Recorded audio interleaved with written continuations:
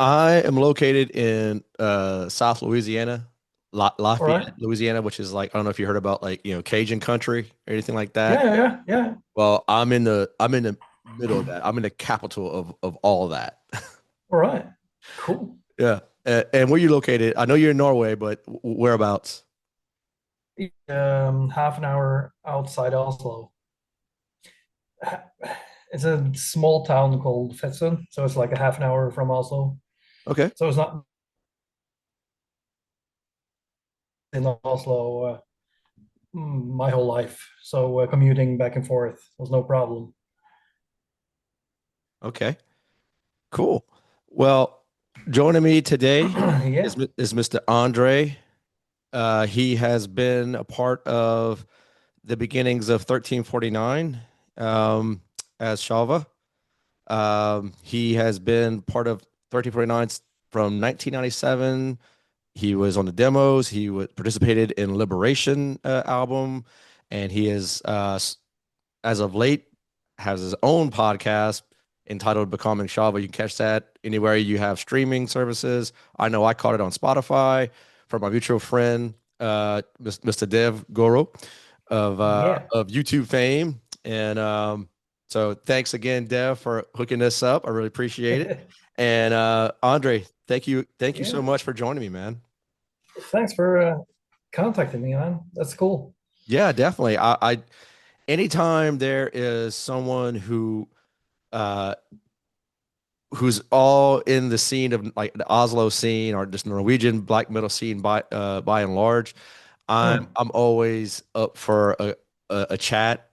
Just Yeah. discuss, the old days, especially for with you. I mean, Hmm. you were on part of some very important albums in my life, and Oh. probably many others. As far as Liberation is concerned, I mean, it's in my opinion, it's like the perfect rawest black metal album that was not a part of the Hmm. the initial wave of Norwegian black metal like back in like the early 90s. But it's Yeah, like it's like it's like like Liberation to me is just a continuation of just what it was. hmm. Yeah, it's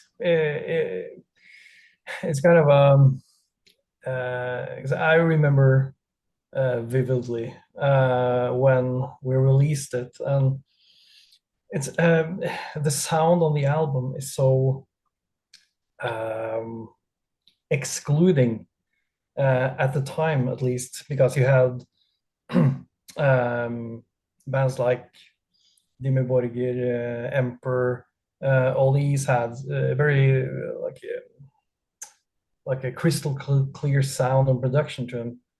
And then we just came along and had this relentless thing. I mean, when you start off the album, if you're not sure if you're into black metal or not, you'll probably know within the first 30 seconds on that album. So it's kind of relentless that way. It's not anything I think you can say, well, I can get used to this. Either you kind of love it or hate it. And I I embrace all aspects of it.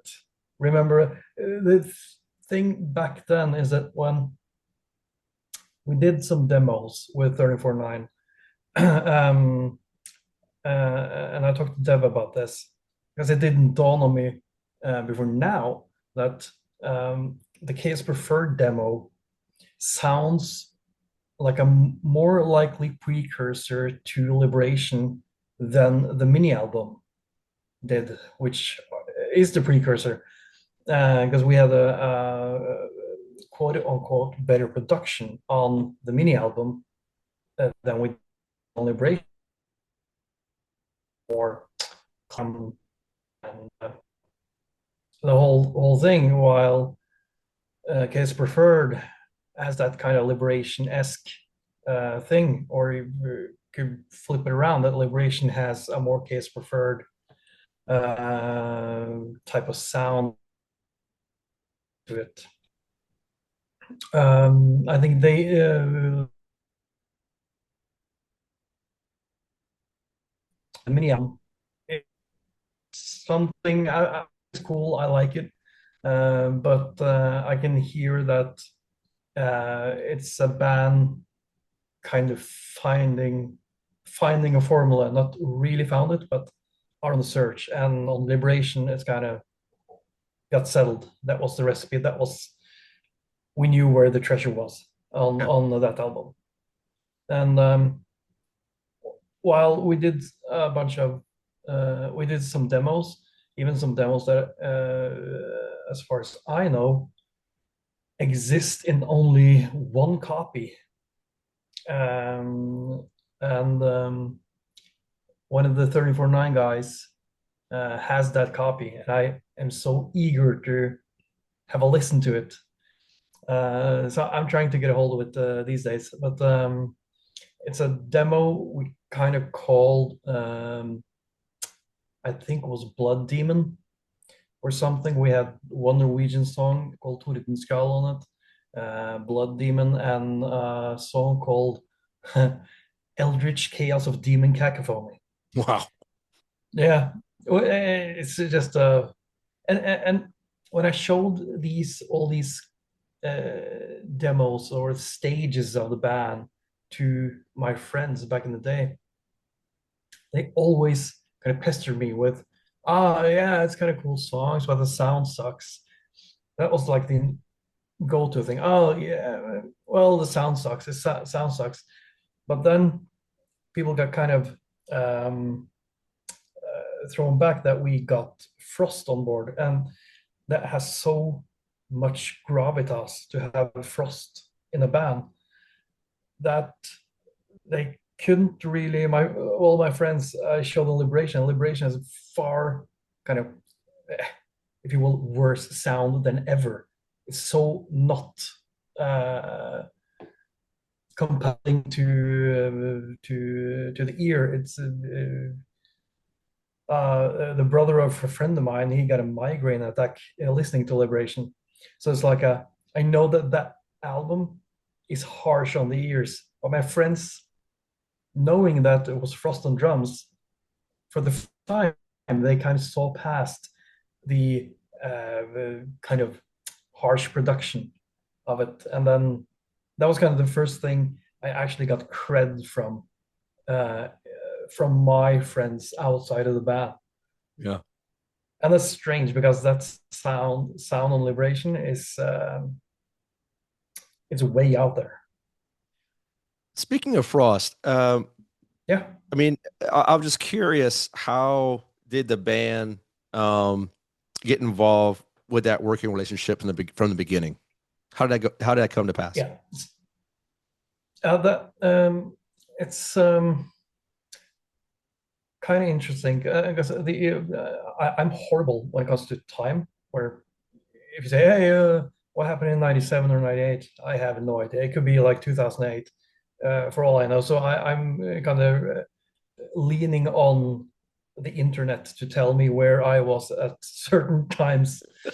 Um, but we did the Case Preferred demo, and then on that demo we were a three-piece. It was me, Sideman, and Ravn. And then we did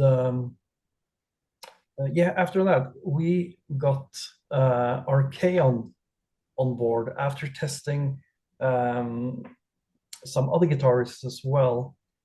And we had, I think we had Manifest and Liberation kind of nailed down, and some sort. It was like a patchwork from previous songs, and you know how it is. You kind of take the best thing from a demo song, or oh, this will fit better in that song, and kind of that kind of patchwork.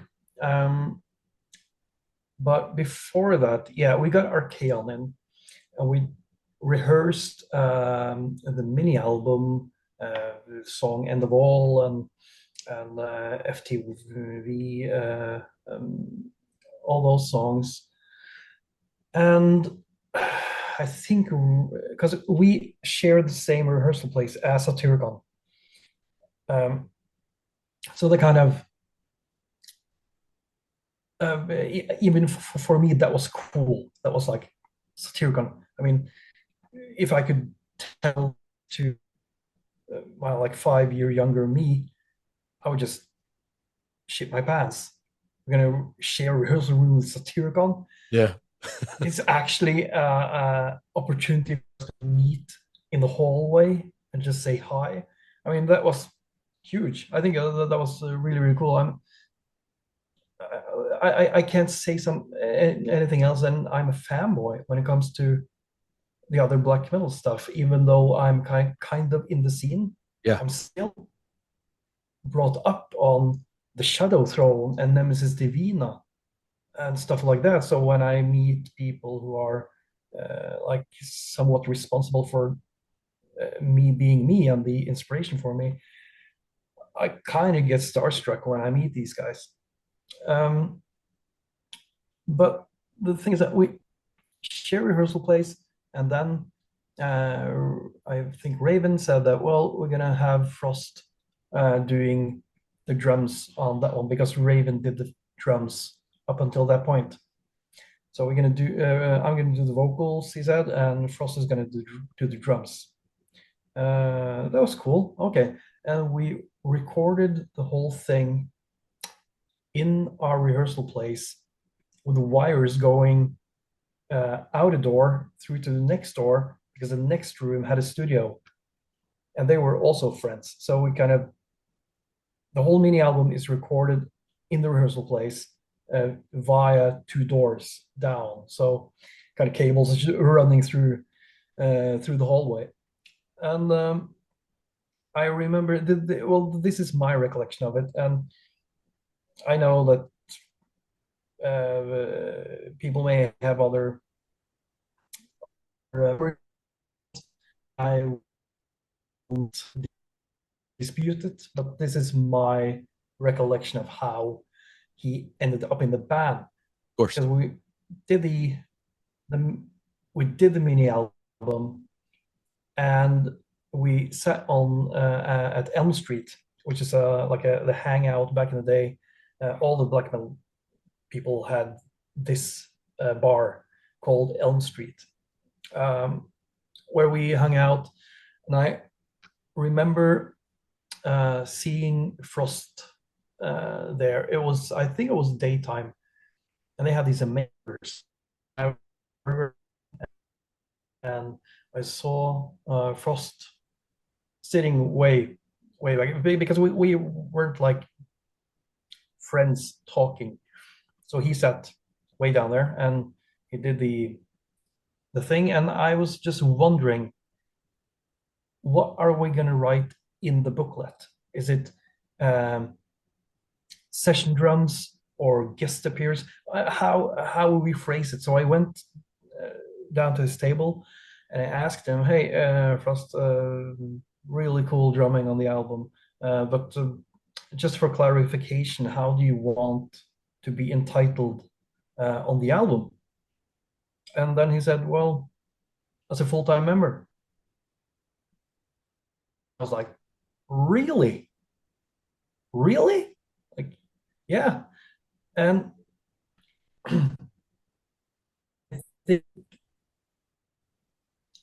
what kind of close to the deal for that is that I remember sitting in rehearsal and we did the mini album. I think it was like, oh, so do you guys have anything else, other some more material, or is this mini album like, have you depleted the bank, or do you have anything? And I remember playing parts of Manifest to him and parts of Liberation to him. I think that sealed the deal that he wanted, because he really, really liked the Manifest riff, and we just wanted to kind of glue this song together. So I think that kind of flipped him over to being a like a session drummer or something to wanting to be in on the band because apparently he heard something in the material um, for Liberation that excited him so much that he wanted to be a part of it. And from there on, it was then the five piece Raven, Frost, Archaon, Side Me. Um, so that's my recollection of how Frost became a permanent member. And I'm really intrigued to know like your story personally. That's why I bring everyone Yep. on board, right? So uh, Mm. that was just a cool little build up to your personal story. Yeah. I'm really interested in getting to know you and Mm. how life what how life transpired from you being, Mm. you know, a child growing up in Norway and Yeah. eventually finding your, you know, finding music and then eventually, you know, getting you on the path of something more extreme, like in terms of black metal and leading up to your time to 1349. Yeah. This is the, exactly what I'm talking about in my podcast. Because the podcast, because Becoming Tjalve, it's I'm talking about the albums, movies, and games that made me me. And for me, I now I have like 10 episodes out there. And it's such a weird journey because I might be mistaken, but I think it might be an unusual journey, at least in the metal scene, because I have listened to so many albums that are frowned upon within the metal scene. Right. Care less. I really couldn't care less about the opinions and the kind of preaching about individuality, but here's the recipe for how you should be a true metalhead. I mean, come on. It's so moronic. But at least when I started out, like the first memory I can have of liking something that was metal is Twisted Sister, Stay Hungry. Had it on a cassette and played it so much then that it got worn on certain tracks and stuff. And the first album I ever owned was Metallica's Ride Lightning because my brother was a metalhead. Um, he's 7 years older than me, 6, 7 years older, and he uh, was like into Wasp and metal, the whole like hair metal scene, Oh yeah. but also like Metallica. And back in the day, I don't know if that was the case in your end of the world, but for me growing up, it was either you like Metallica or Guns N' Roses. It's like it was unheard of liking both of them. Was that kind of It, there it as it was more or less well? like the same type of mentality. I would say I had Yeah, yeah, some really good friends of mine that I was skateboard with. yeah. Some family even that you know you couldn't like Hmm. both. You couldn't like the glam metal and you couldn't like Slayer. Oh yeah. You know the heaviest shit that was out. For my Hmm. I think I might have been 7, 8 years old Hmm. when I first heard Metallica, and that's whenever Yeah. Yeah. it was really important because Cliff Burton had just passed away, and Yeah. one of my older cousins, I mean, Metallica was his thing, right? And Hmm. like I remember Orion being like the soundtrack to like my cousins like skateboarding, Oh, uh, yeah. and all that. So um, you know, he was really hard on me. He was like, dude, it's like, you know, what's this? Cinderella bullshit, and you know, it was stuff like that, because like here in the States, my 6-year-old self, I was hearing Bon Jovi, I was hearing Cinderella, and Yeah. all the big ballad, Yeah. hair metal that was on MTV and the radio. So yeah, it was a lot of that was Mm. going on. Mm. Oh, it's weird, and it kind of it, it kind of just replicates itself uh, going upwards when you. Because I remember that whole thing that oh you can't like uh, remember you with Skid Row and then Sepultura or something. It's like oh, why not? And in the early 2000s, you couldn't like Linkin Park. And I was like, why? Because my ears like it. My ears like it, but I can't love it. It's so weird. But thankfully, I have a really really strong resistance to conformity within the community as well. So I like what I like, and if you have a problem with it, that's kind of your problem. Yeah, that's their problem. So yeah, yeah, that's not. I mean, in I win because I like more shit. Yeah. That's so.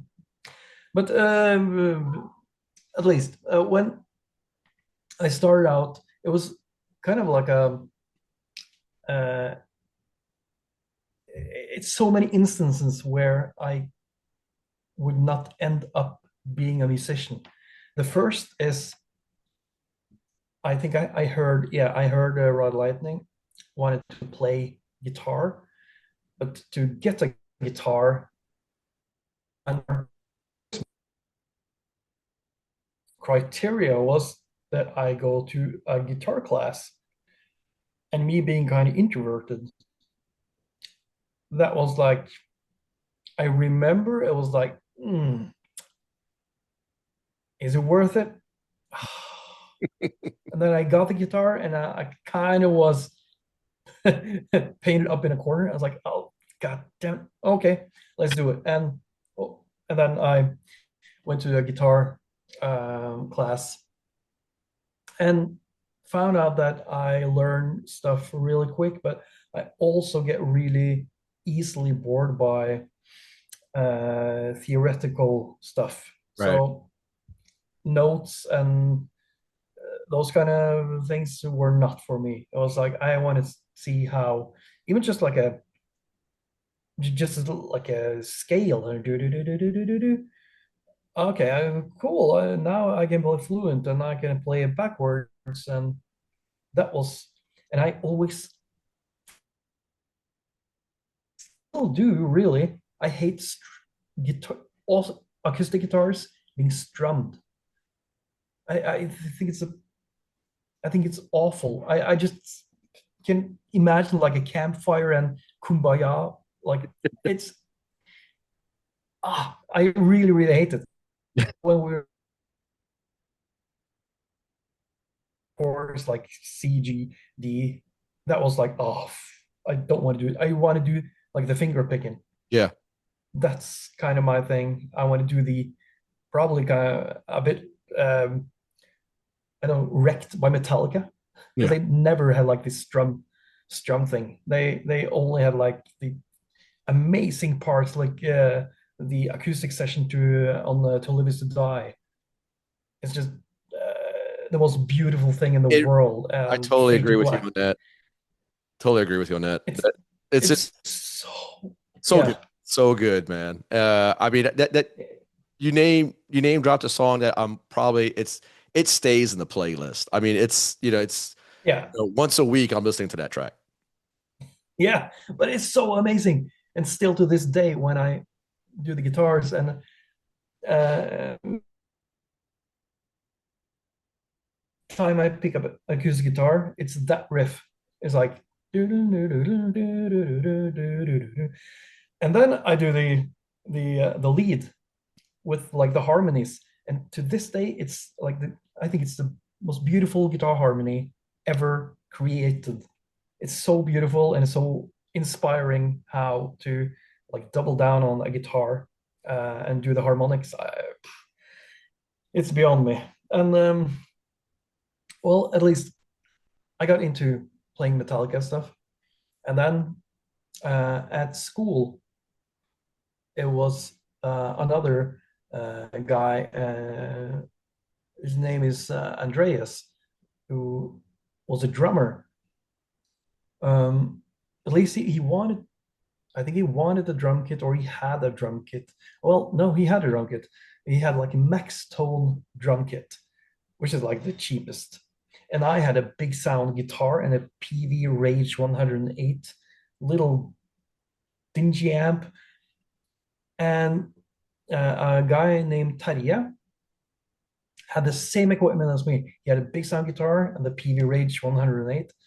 And we thought, well, why don't we like start a band or something? Just do some, let's play. And okay, what do we play? What do we know? Well, I think we could do For Whom the Bell Tolls. That's cool. So we did that. And this is like 93, I think.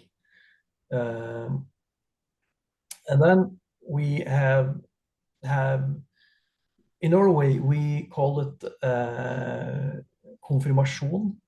It's like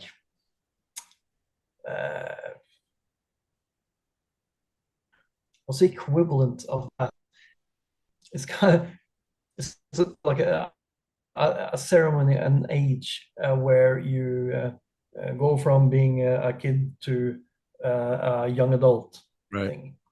And some do it the Christian way, and some do it like the non-Christian way, the humanitarian way. But back in the day, that was like if you do it the Christian way, you get paid. Oh, My yeah, like my aunts and uncles, and it wasn't paid. They would pay you just to do it the way they wanted you to do it. right, right. Yeah. So I did the Christian way, and I remember getting 20,000 kroner, which is like equivalency of $2,000. And then I bought a Marshall Val State S. I actually have the Marshall right behind me here. Still got the amp, the Marshall, and I upgraded my equipment and bought myself an Ibanez guitar, which is also behind me. So I have the original stuff that I still use. Um, and the other guitarist, Terje, he bought a Fender Stratocaster and the Marshall. And now we could hear the guitars in rehearsal. So that was exciting. This is 93, 94. So this is when grunge really broke. Uh, and we loved it. We were basically a Nirvana cover band. Oh, wow. So we played like funny enough, we didn't play Smells Like Teen Spirit because that was kind of outplayed even then. So we did like Lithium Aneurysm from Incesticide. We did a lot of songs, Floyd the Barber, Mr. Mustache. It was like all the songs. And we did. I remember we did the grunge band, because they also came out with the single Tomorrow and Pure Massacre and Ice Roll Sun. So we did that. We kind of uh, did all the covers that was within our capability, because Right. it was other bands like Pearl Jam and Soundgarden and Alice in Chains. In like these guys were too kind of technical. So we did Nirvana and some of the boys, Green Day and Offspring, and we were the first gig we ever attended was Offspring when they did the Smash tour. Yeah. So that was in 94.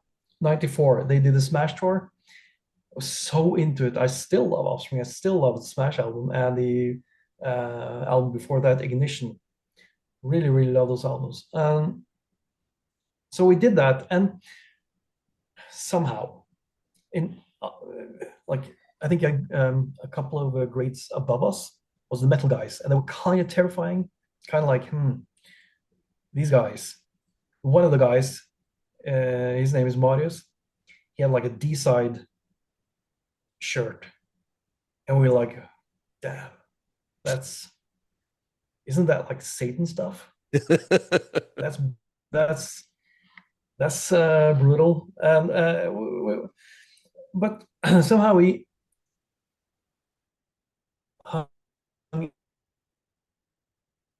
I got introduced um, to Sepultura, Chaos AD, and of course Arise, and then Beneath Remains in Schizophrenia, which was awesome. And Andreas, drummer, he got hold of was so satanic because he had like the Latin vocals. Remember, we put on this track "Sear Me," which is like an anthem if you're doing like Doom. Starting out with the drums, iconic drums, and the two guitars going like twin. That's so cool. So of course we had to play that as well, and we did. Uh, of course, when you rehearse as much as we do, you get better stuff. So we ended up playing Slave New World from Chaos AD, Tried Propaganda, stuff like that. And in nine, a lot of stuff happened in 94, man. Yeah. And then it was the church burnings in Norway, which was a huge thing. Yeah. It was in the media all the time. And I was like, oh, so this is bad. And we were kind of rebellious at the time, as well, like giving our teachers a hard time. Uh, really just innocent, adolescent, stupid, teenage moronic behavior. So at the point we were going to have like exam where you kind of write on one subject, and and I chose Varg Vikernes at the time, which Not is con- that not was controversial at controversial. all. Yeah, that was Not controversial at all. yeah. No, it was while he was sitting in the courtroom, I was writing about him. Um, really got into it and didn't listen to the music, but this was kind of I was distancing myself because this was a school subject. So okay, doing that. But uh, Andreas, the drummer, he had like this thick catalog where you could order CDs. And we order like a bunch of CDs at once. And now I saw Bursum was in there. It was like, oh, let's do that. Let's try this Lyset tar oss and Aske Bursum. Okay, let's try that one out because I haven't heard Dark Throne, Panzerfaust, and stuff like that. But Bursum was kind of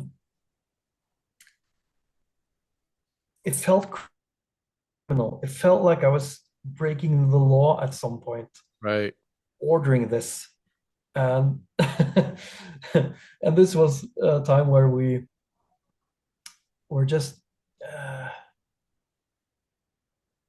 experimenting. Well, not experimenting. We were just trying to figure out what is this satanic stuff. And one of the guys in our class, he was like a basketball dude, but his uncle showed him Merciful Fate. And we were laughing because he was trying to replicate King Diamond's vocals. And he was like, had this hang up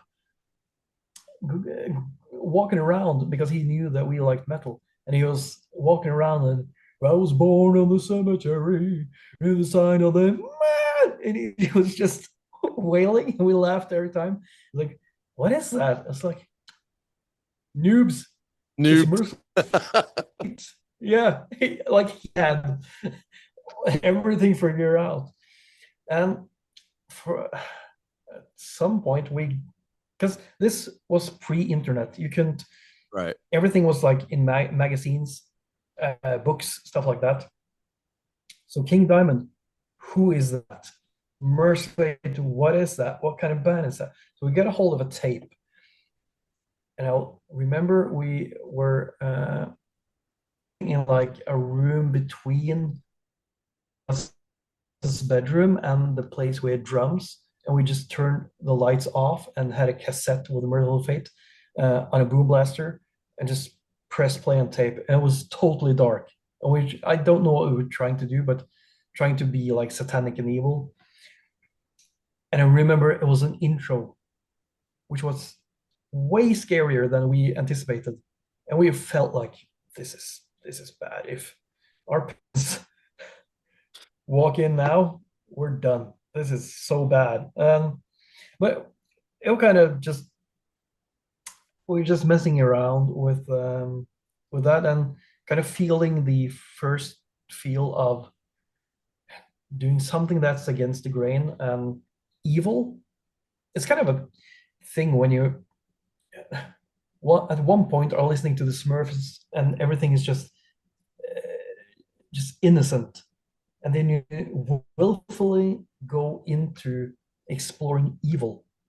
It's a weird feeling in your body. It's like the first time you watch a horror movie, or when you watch a horror movie. It's like that feeling inside where something is wrong, but it feels so good. Yeah, I'm Um, totally with you on that. Uh, yeah. it seems like you and I, which I find pretty cool. As I sit here and hear your story play out, you're in Norway '94, like ground zero around all these church burnings and whatnot, and like all the Hmm. controversy is right there in your home country. And I'm reading about it in magazines. Like it was Yeah. pre-internet, but we were getting I had access to, all the metal magazines, where there was Rip magazine Hmm. or Circus, whatever it was, and, Metal Maniacs, Yeah. and Yeah. I was seeing the same photos that you were probably, with like with Yeah. Merciful Fate and King Diamond, but like Yeah. towards the back of these magazines had like everything that was coming out new, or like all kind of Hmm. controversy surrounding black metal at the time. Um, Yeah. I is where I first saw Golgoroth Yeah. with their infamous concert in Poland, where they got arrested Oh, for having all the people crucified, yeah. Yeah. and naked, and there was pigs' heads on spikes everywhere. Yeah. So Yeah. like I remember distinctly, like I was in my Catholicism class as a Hmm. 14, 15-year-old, and I was hiding the magazines because like I was so, you know, Yeah. I wanted, like, the same time class is going on, I got my magazine stuck in textbooks, like just like Yeah. looking at all this stuff, and I'm like, man, like to your credit, felt like I was doing something really, really evil with my time. And like it was Yeah. like Yeah. just like engulfing everything in my core, to the fact that I was bringing these magazines, these evil images, into Catholic religion class. Yeah. Yeah. It feels like you're something criminal. Right. This is dangerous.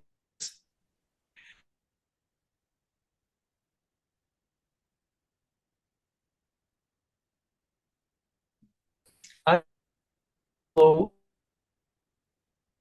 they are new black metal releases and new bands that are really, really amazing. I think uh, from like 90 to mid 90s, the black metal scene had it down. Really, they had nailed the aesthetics, the mysticism, everything that was kind of correct with the whole black metal thing. And it was such a small scene that and that's I think that's probably a bit controversial, but I really liked those days because you had a record label actually preventing shitty bands to get out there. You had to prove that what you do is worth their time and worth getting out there. Right. So I remember distinctly going into our record shop in Lillestrøm and going to the black metal section, and I just went through it. I just flick. Okay, I have Panzerfaust. I have blah blah blah blah. Picked up one. Oh, this is weird. This is black metal. Don't care. I'm buying it. The Japanese band Psy with the album Scorn Defeat. Picked it up, went home, listened to it. Amazing album. I love it. Did the same with Gehenna. Picked it up, bought it. If I were to do that in like a record store today, just pick up a black metal album, it's that's more of a gamble It's than more of it. a gamble. Yes. Even with death metal, I think back in like 90 to 95 ish, it's an era that is so amazing musically, and it's not saturated with everything. It has like Count Course Bleeding, Disincarnate, Dreams of Carrying Kind. They have like amazing albums. Fucking Cause of Death.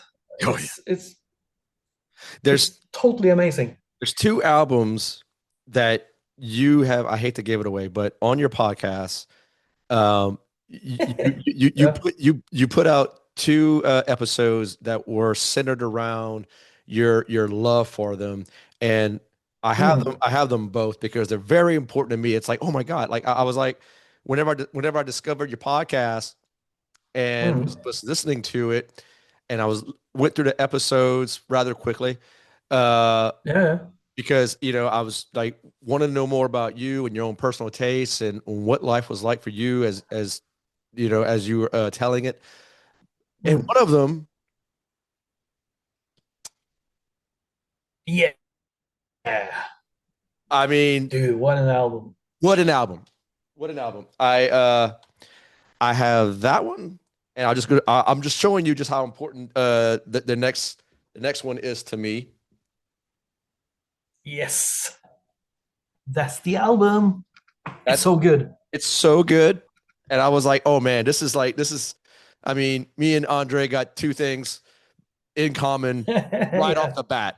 And so I was like, we got to talk about these albums. And and I love the I'll have I'll give you the floor.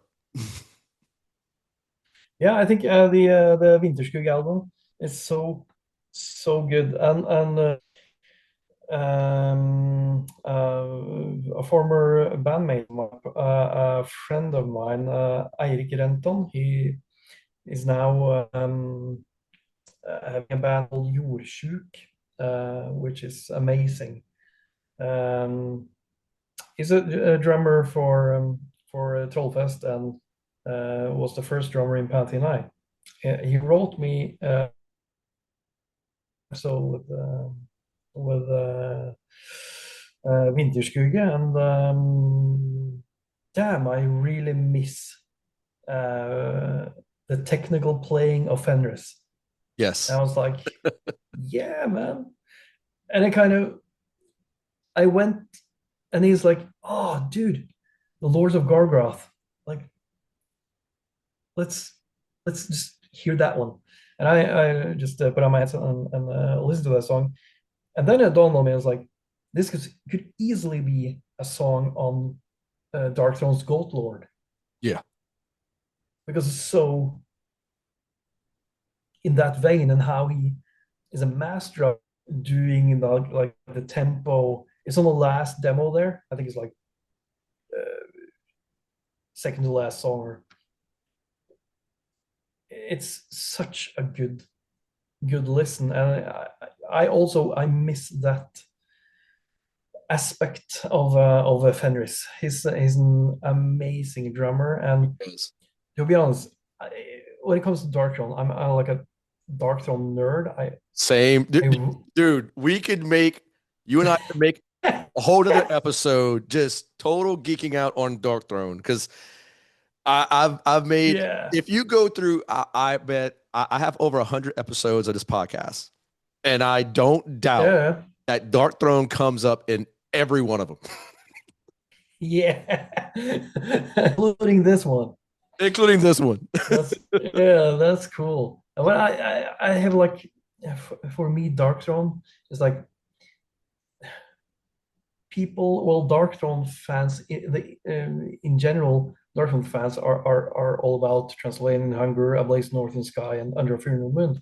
While those three albums are less important to me, the three albums which are most important to me is Panzerfaust, Total Death, and Soul's Journey. And of course, you have Goat Lord. If we can't call it an album because it's really a demo after Soul's Journey, but those four at least are so important to me, and they are so diverse. Right. And I just love Total Death. Last Picture, what a riff, what a move. I love Under a Funeral Moon and A Blaze in Northern Sky. I mean, In the Shadow of the Horns and Nauticana, no, Natasha. It's fun.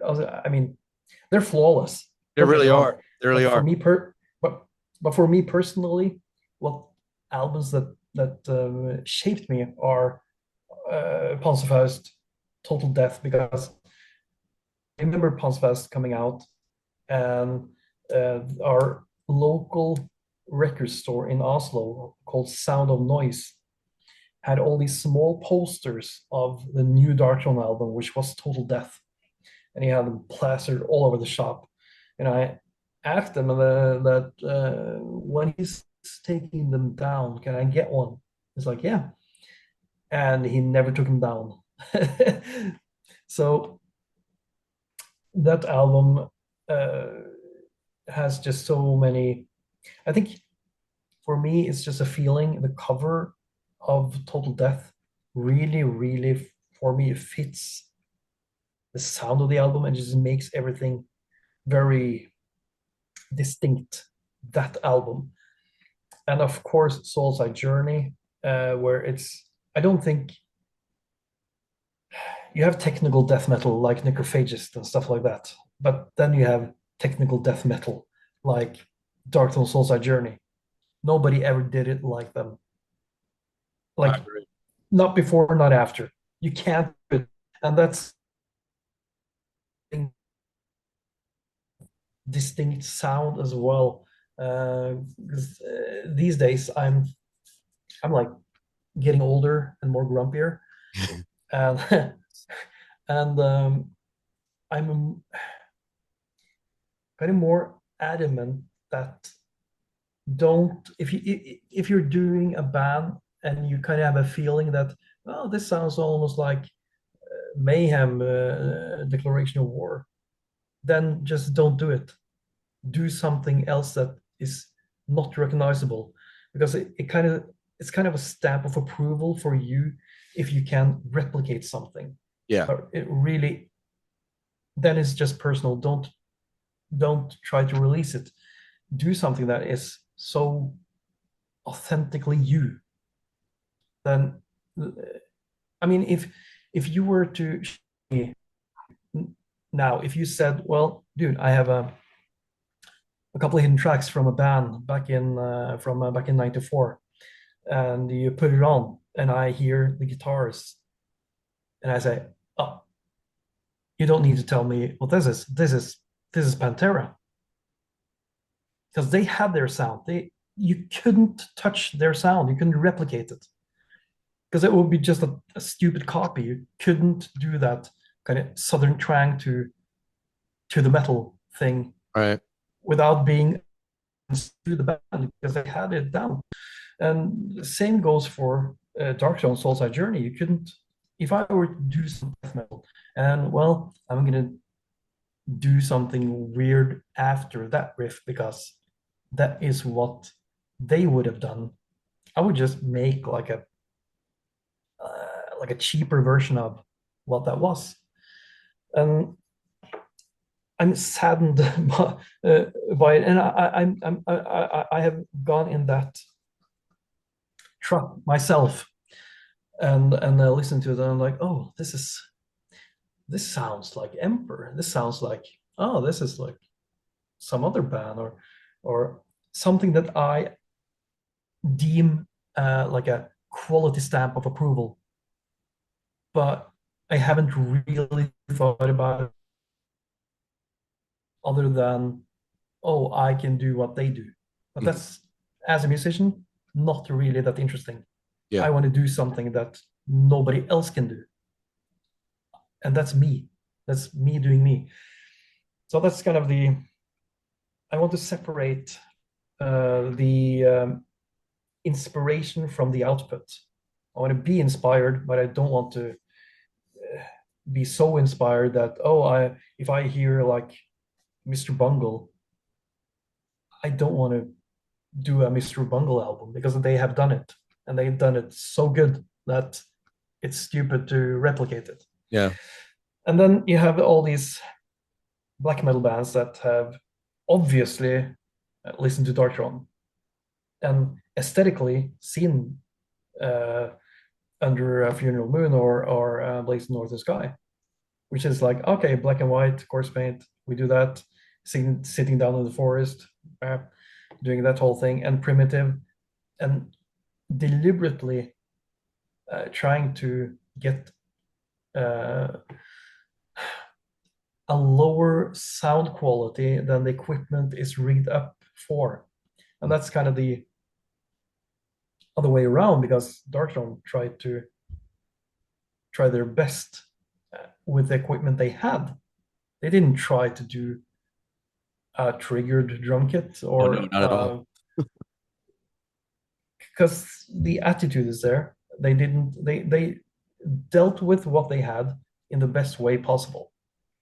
While we can sit here with so many gadgets, so much stuff, and like, no, we have to lower the quality of it. We have to like so we can meet the standards of Darkthrone or like the old stuff. I think that's the back.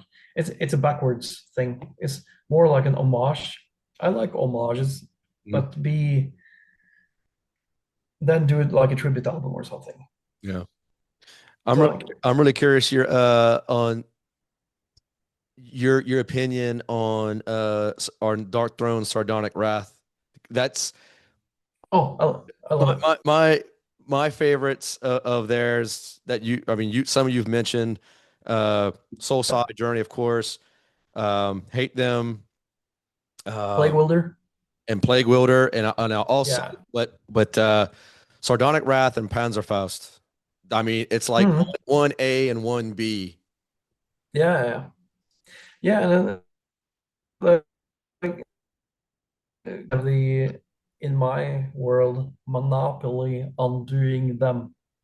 That's cool because I want to be Darkthrone, but I I'm not. And that's this kind of thing. And that's the thing where when I listen to a lot of music, I listen to, yeah, like Calm Course of Bleeding. I want to play death metal now. Oh, I want to like do figure it out, but it's really not me. It's just me getting excited about stuff, and that's me listening to Dark Sun as well. Like I want to do that. And when I really listen to when I listen to an album I really really like, I get envious, Yeah. and in a good way though. I like, oh, and I'm at an my point in life now is that of course I have a fairly realistic approach to life that it's once, it's a it's no sequel to this life. So if I know the guys, if I have them like in my catalog or anything, and I listen to an album and I get envious, I write to them and say, God damn it, what an amazing album you released. Because that's kind of, nobody does that anymore. Nobody, because there's so much competition within the music industry Yeah. that people don't appreciate each other. Well, they do, but they don't be vocal about it. And I want to be vocal about it. I want to say to my peers that, God damn, what an amazing album you released. Or like with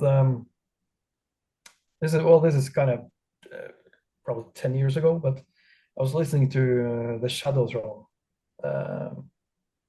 and it just dawned on me how ridiculously good that album is. It's like, fuck me, that's good. And I remember sitting and just, I'm gonna let Frost know. I want him to know that I really appreciate this album. I wrote to him. I was like, dude, and we never speak. I mean, we are we are not. Well, if I meet him on town, I'll probably talk to him, but we don't speak on a regular basis. But I just shot him a message and say, hey, Frost, I just want to let you know that the Shadow Throne is amazing. It's an amazing album. It really, really, it moves me. Um, and then it was like, okay, now I'm thinking, I've done that. That's cool. Putting my phone away and just work because I just want to be out there. But I got a response from him, and he said, well, didn't expect to hear from you. Um, well, thanks. And although I don't think it has stood the test of time, I appreciate your feedback on it. It's like, oh, that's cool, but you're wrong. Yeah. It's like I think yeah, even though he doesn't think his own creation has stood the test of time, his moves me when I listen to it. It just throws me back, and that's kind of me being like 14 years old again. And we had. I'm segueing back to back to how I started playing metal.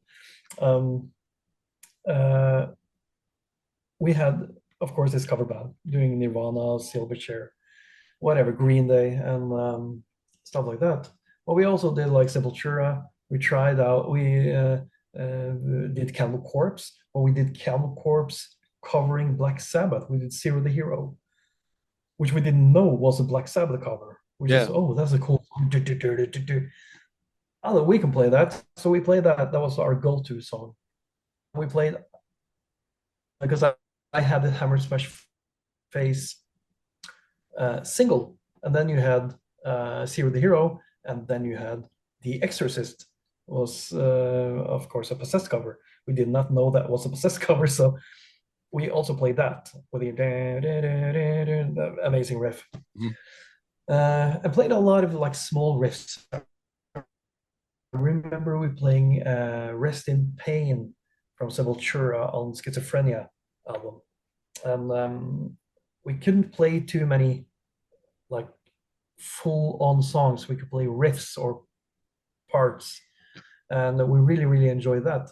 But then black metal kind of snuck in after I got from the warehouse the Burzum albums, which was so illegal at the time for me.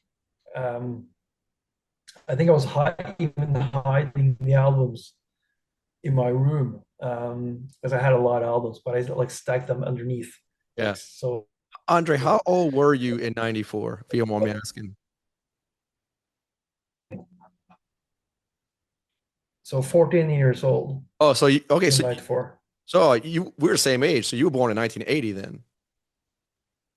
Yeah. Oh, there you go. Yeah, there you go, man. Makes all the sense. Weird. Weird.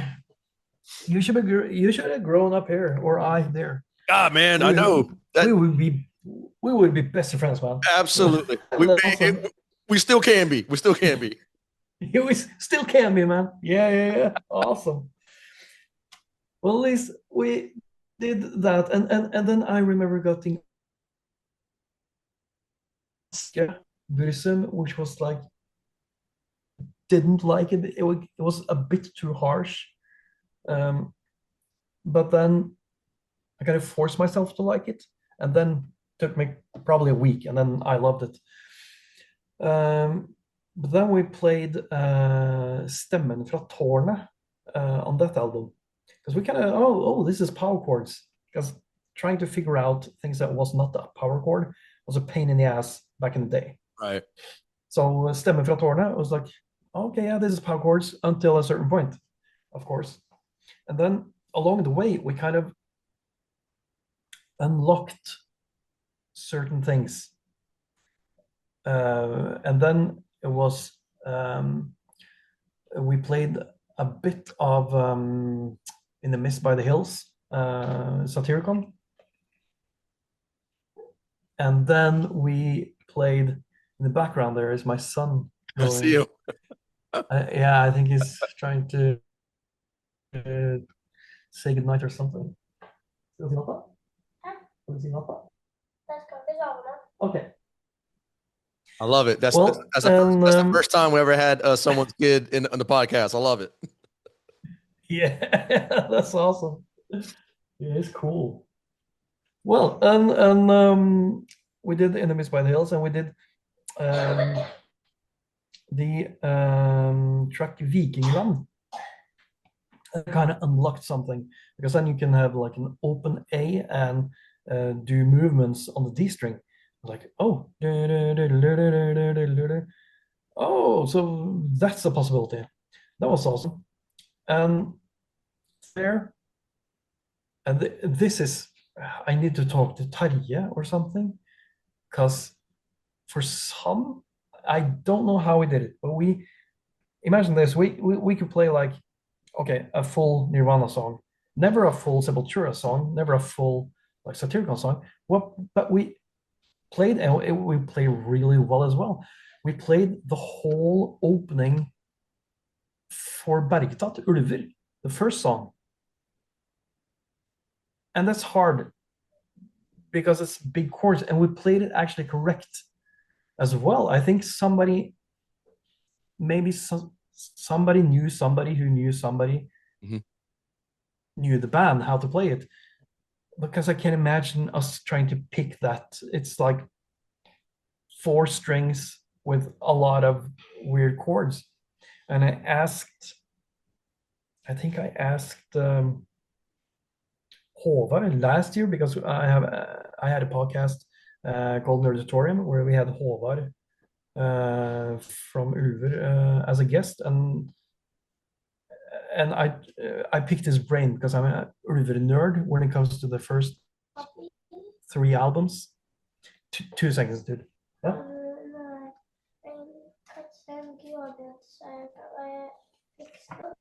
Yep. Så. There. Well, I had yeah, and we played that, and we had like a concert, and this being our first concert, We played in a like where we had athletics at school, Mhm. and it was like the communal kind of get together thing. It was a competition, right? And the it was us and some people dancing and another dude playing piano and another death metal band from the district there, and they were awesome. And it was us, and we only played cover songs, so there was no chance that we were going to win anything. But we played Ulver, the opening track, and Nirvana's "Rape Me," and well, an eclectic sounding band. I think we kind of nailed it. Jeg prater nå, så ja.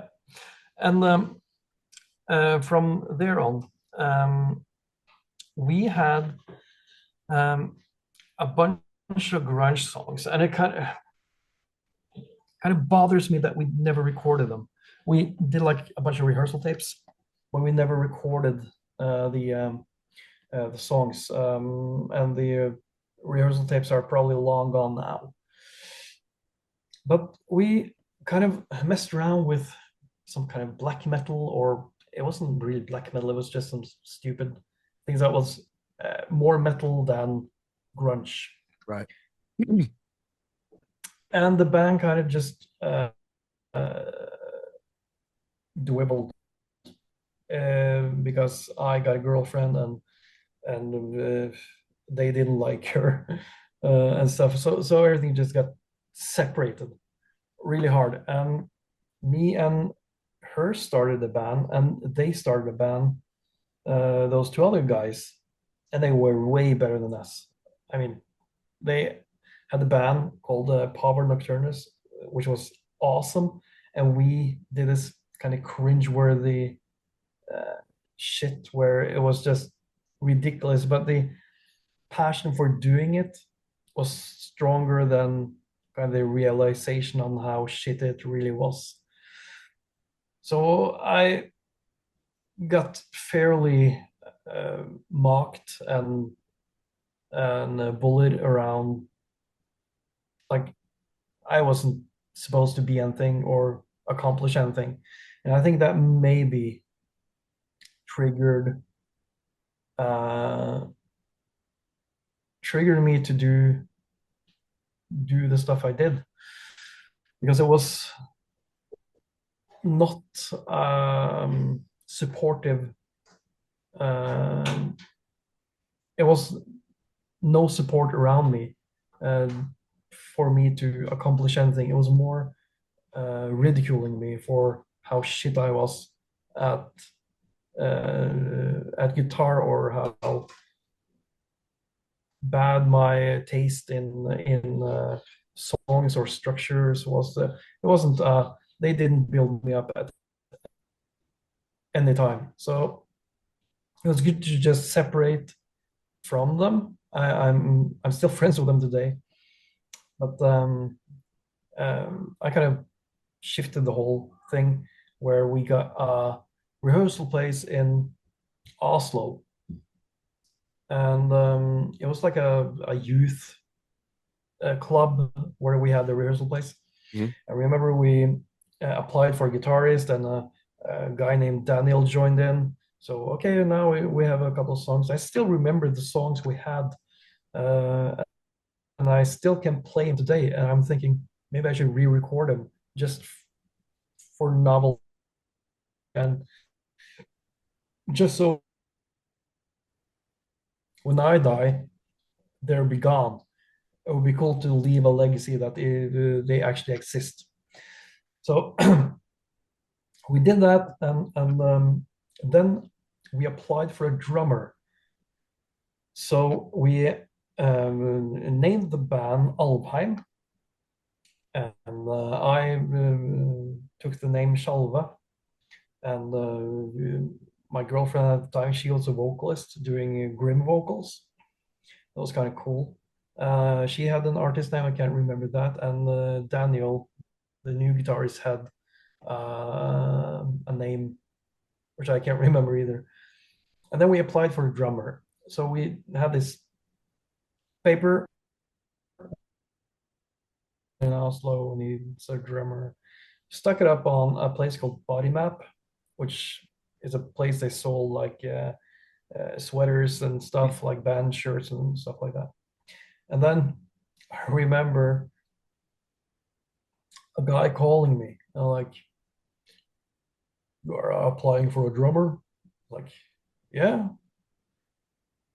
I'm a drummer. Like, okay, that's cool. And I'm kind of like, hey, cool, yeah, yeah. Let's want to do a rehearsal and stuff. Yeah, let's meet up like next Wednesday or something. Yeah, we were rehearsing then and there and there. I remember before hanging up, I was like, dude, I didn't catch your name. It's like, it's Raven. I was like, really? I was like, no, my real name is Olaf, but you can call me Raven. I was like, that's peculiar. That's cool. All right, bye. So I was like, he kind of kind of set the standard for himself. We met up with him, and he was like 4 years older than us. And at that point, when you're 16 years old and he's 20, Yeah. that's a huge gap. It's It like really is. It really is. he was an adult. He had like a driver license and he had a job. It was like, whoa, that was strange. But somehow he kind of he liked my rhythmic sense and my creativity because I was like spewing out riffs all the time back then.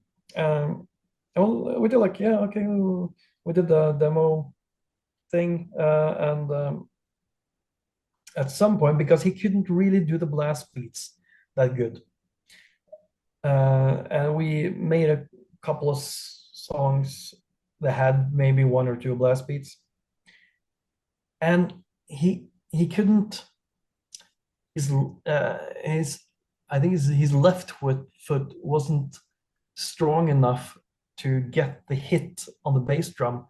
So you get like a half beat on a blast beat and a snare that really isn't cutting through. Uh-huh. So it sounded more like techno when he played. I was like, oh,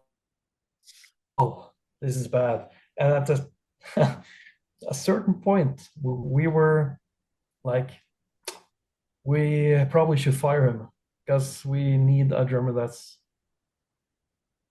that can pull this off. And I remember it was such a hard talk. It was like, I should do it. Okay, okay, I should do it. Really? Cool. So, Olav, or Raven, you're a good drummer, but I think you probably will be a better manager. Um, and I don't know if he kind of got the message or not, but it didn't. I couldn't like go through with it. So it was like, ah, no, okay, it didn't happen. So at that point, um, my then girlfriend, she went behind my back and was unfaithful with the other guitarist, Daniel. Oh shit. Yeah, and I got really, really pissed off, of course. And so that relationship just went south. And then kind of the whole band went south. And I remember working like a postal warehouse where you just like sort packages like Yeah. stupid. I remember Ravn calling me. I remember, I don't know why, but I remember it like it was like 2 hours ago. Because he called me, I had like this Nokia brick phone. And it's like, hey, and by that time he said Olav, because he's not that weird, you know. Yeah, yeah. And so yeah, hey, it's Olav here. And yeah, on the demo we got Sideman to do the bass because he Olav played in like a black metal band with him before. Right. So to get bass on the demo we had for all of the time, Sideman came in and did the bass. So I kind of knew, okay, so I had Tor. Okay, that's a cool guy. So the band is just totally disbanded. Well, at least we didn't rehearse or anything. It was like we didn't speak to each other. So Olav called me and like, hey, I have an idea for a band. I was like, oh, okay, cool. What? So yeah, it's a band, and it's gonna be called 1349. I was like, okay, cool. So why are you calling me? I was like, I want you to be the guitarist because I like how we play. I like how we play together. So, and I want Tor to do the bass. We're gonna play uncompromisable black metal. It's like, okay, no synthesizers, no nothing. We're gonna haul ass. It's Shit, like, yeah. okay, okay, yeah, I'm down. I have nothing. I have nothing else to do. Let's do it. Let's get this band going. And then we got rehearsal place together because we couldn't play in that youth club anymore. Got a rehearsal place, and then we kind of just conjured up the case preferred.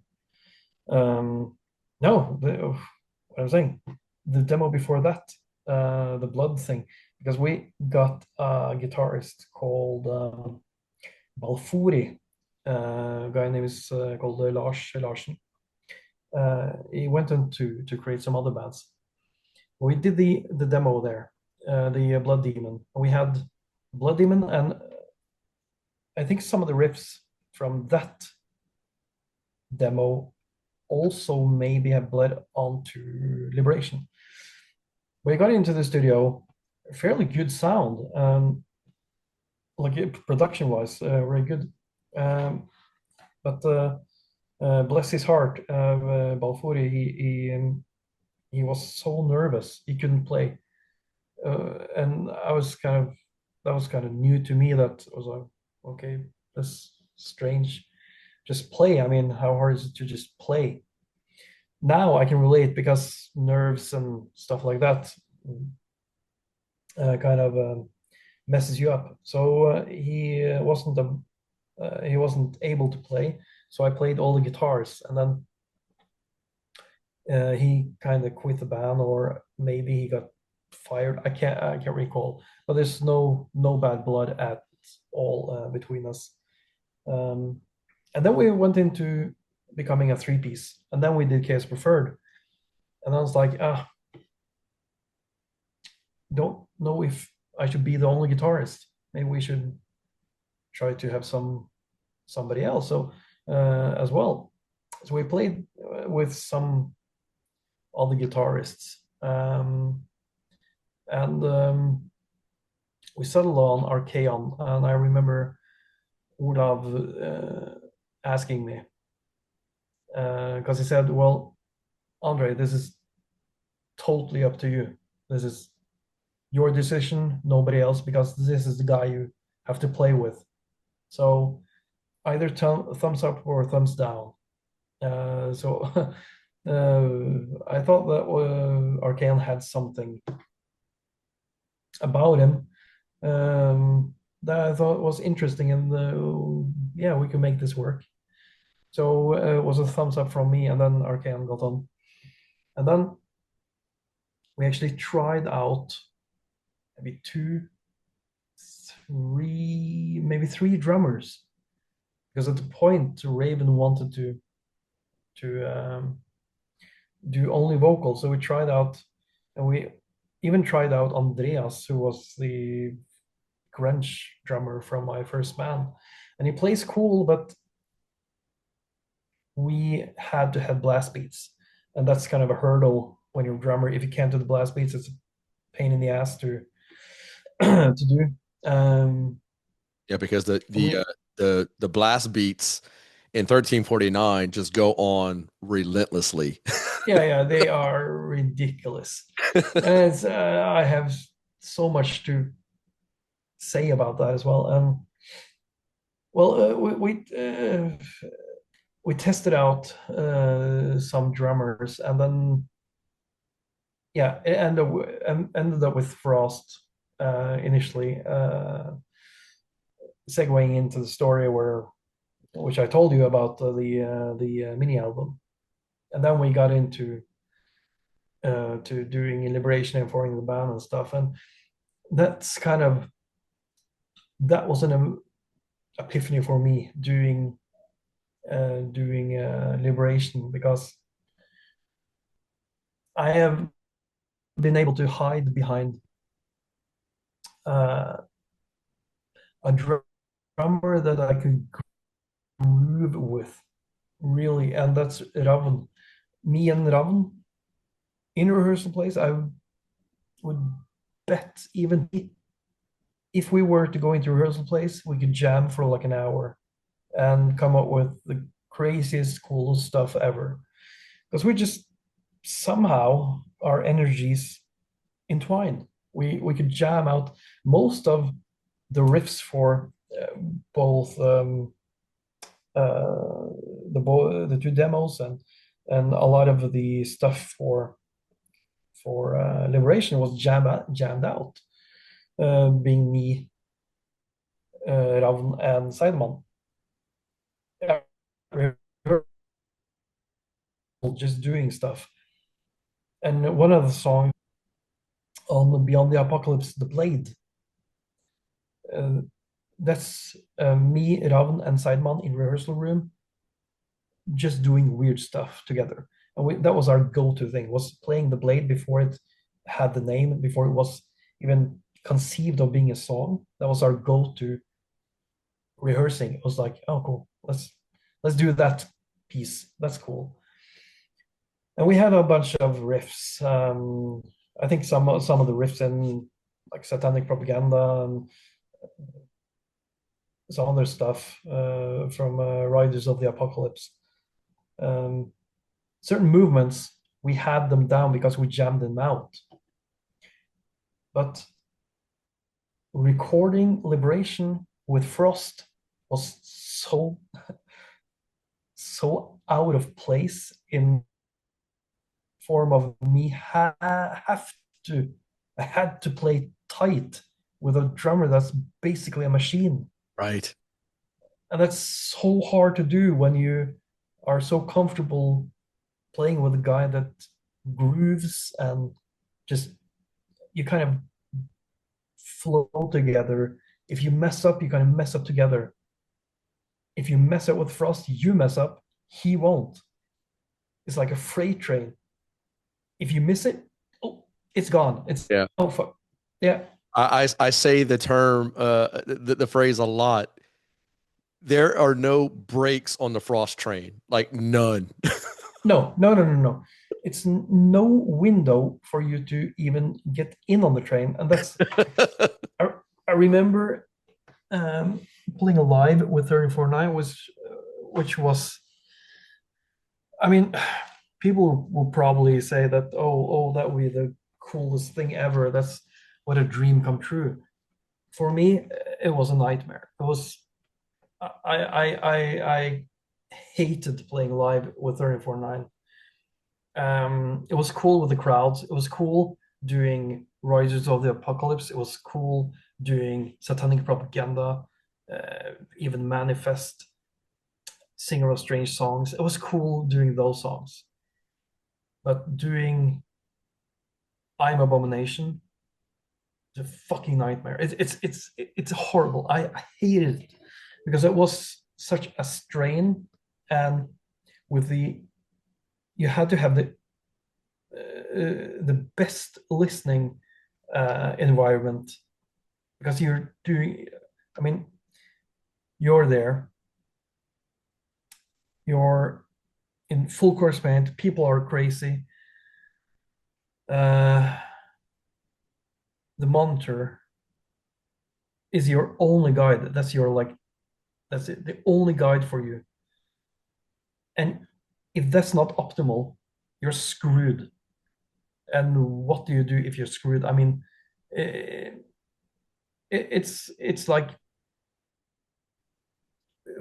fumbling around blind because the way he plays, and he plays really cool. I really, really love how Frost plays, but it's relentless trying to get on board again. If you fall off, it's so hard to get on again because other drummers might see that, oh, he's off. Let's do some more accents on maybe the China or something, just to give some pinpoint where we are.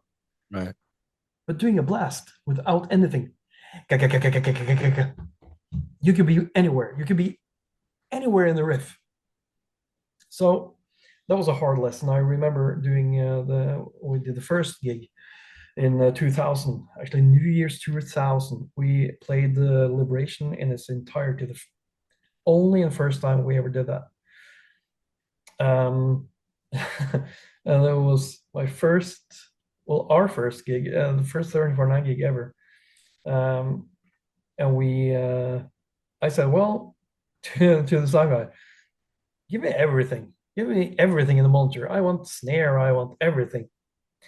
That never happened again after that because having a snare drum in your monitor while doing blast beats and you're doing stuff, and if the snare dominates the picture, Yeah. you will always be off. You will always be one off because the snare is hitting on the upstroke, and you're always a bit off if that's your guiding light. That was a harsh lesson. So after that, um, sound checks, I was like, I only kick drums as high as you can possibly get them in the monitors. And I want, if you're having a hi-hat and a ride, if you're having a mic on that, those two up, because that will always be my one. So regarding the gigs and when we did, of course, I remember the two songs I dreaded the most playing live.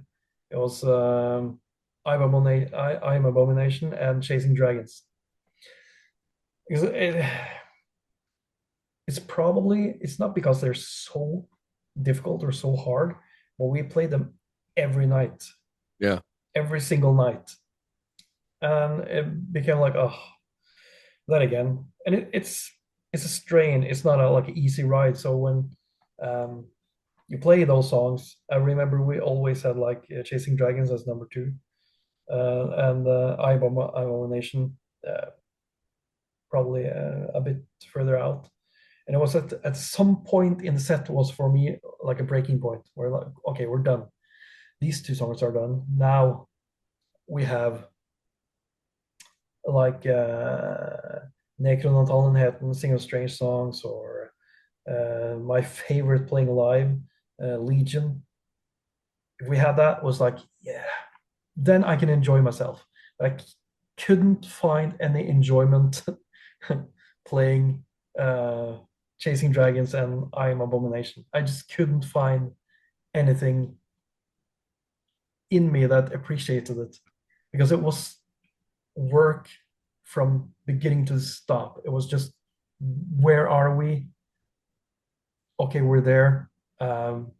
Need to play everything as fast and correct as humanly possible, and just being so on top while playing Riders of the Apocalypse. You don't need to think. Slide guitar. It was just vacation. It was just, oh yeah, let's fucking do it. Now I can rock out. I remember doing especially that song, Riders of the Apocalypse. I got so fired up, and I have to correct myself. I didn't hate playing live with 34.9. I hated playing two songs live which we played every night then. Oh yeah, But I totally got that. yeah. But playing Riders of the Apocalypse, I would. I mean, if they asked me today if you could do that song, I would sacrifice my right loved playing that song. Rise of the Apocalypse. And I kind of overdid it, I remember, because I got so fired up doing it. Because you have the slide in,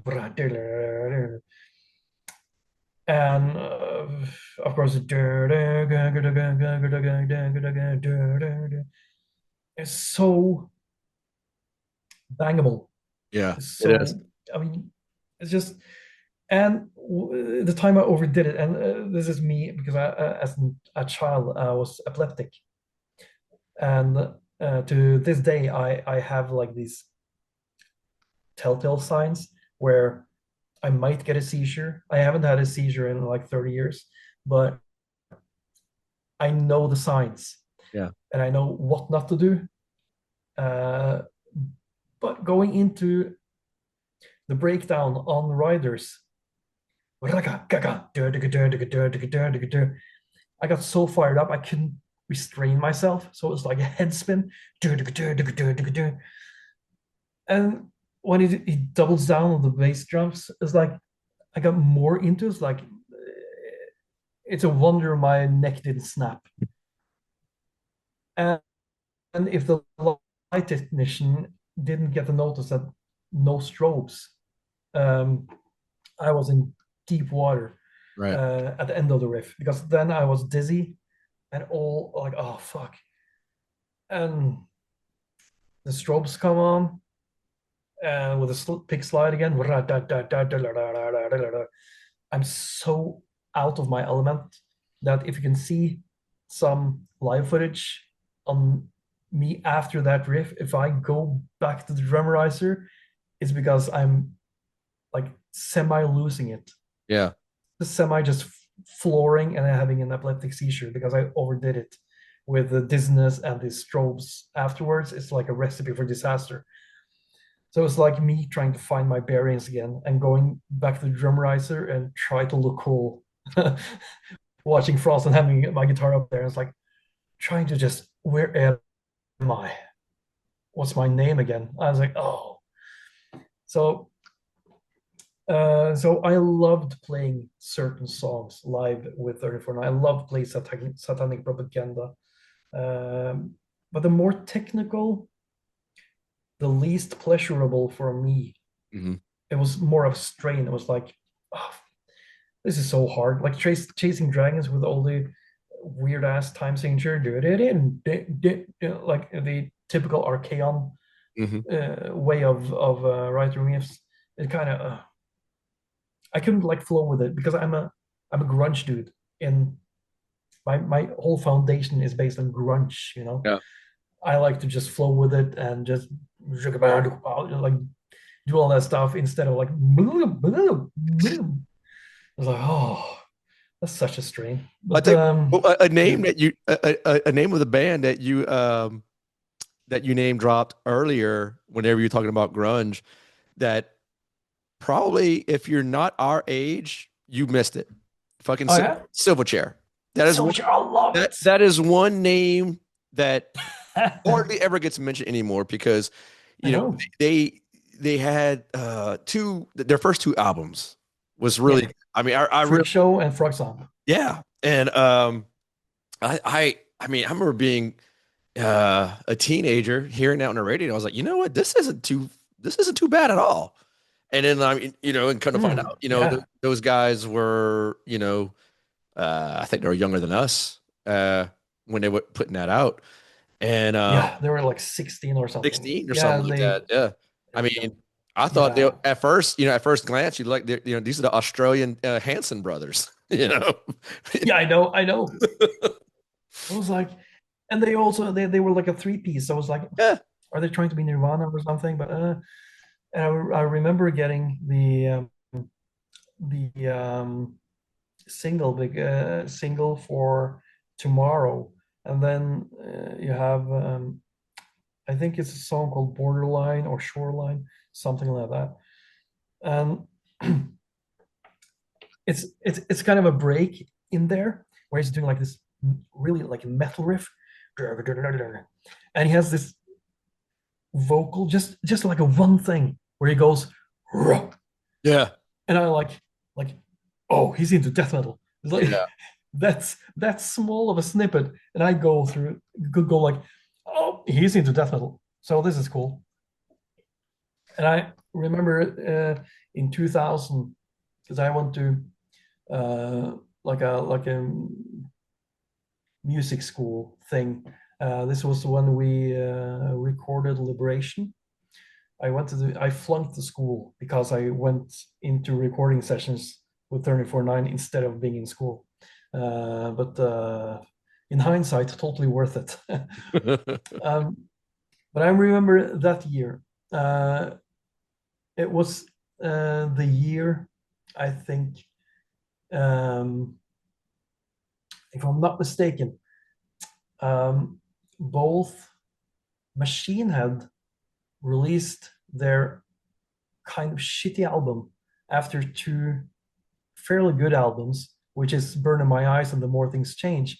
I really love those two albums. And then they had this Red album. I can't remember the name, but he's rapping and stuff on it. Uh, that's where you lost I'm me. not. Yeah, I know. And I think the same year, it was Creed came out with the arms wide open and Right, holler and stuff right. like that. And I was like, I can like this. That's kind of cool. Of course, and after like 2 weeks, thinking about the lyrics, it's like I can't like this. It's impossible for me to actually like this because it's, God damn it, why did it has to be Christian? Because it was so cool. Oh yeah. Uh, Yeah. And then like years uh, later, Creed will come out and say, we were never a Christian rock band. Bullshit. yeah, Look, bullshit. Yeah, read your yeah, but fucking you can't. lyrics. Yeah, you can't really trust Scott Stapp. I mean, he's insane.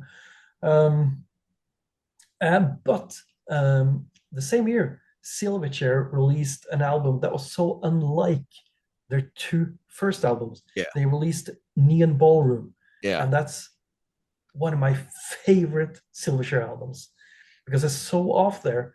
And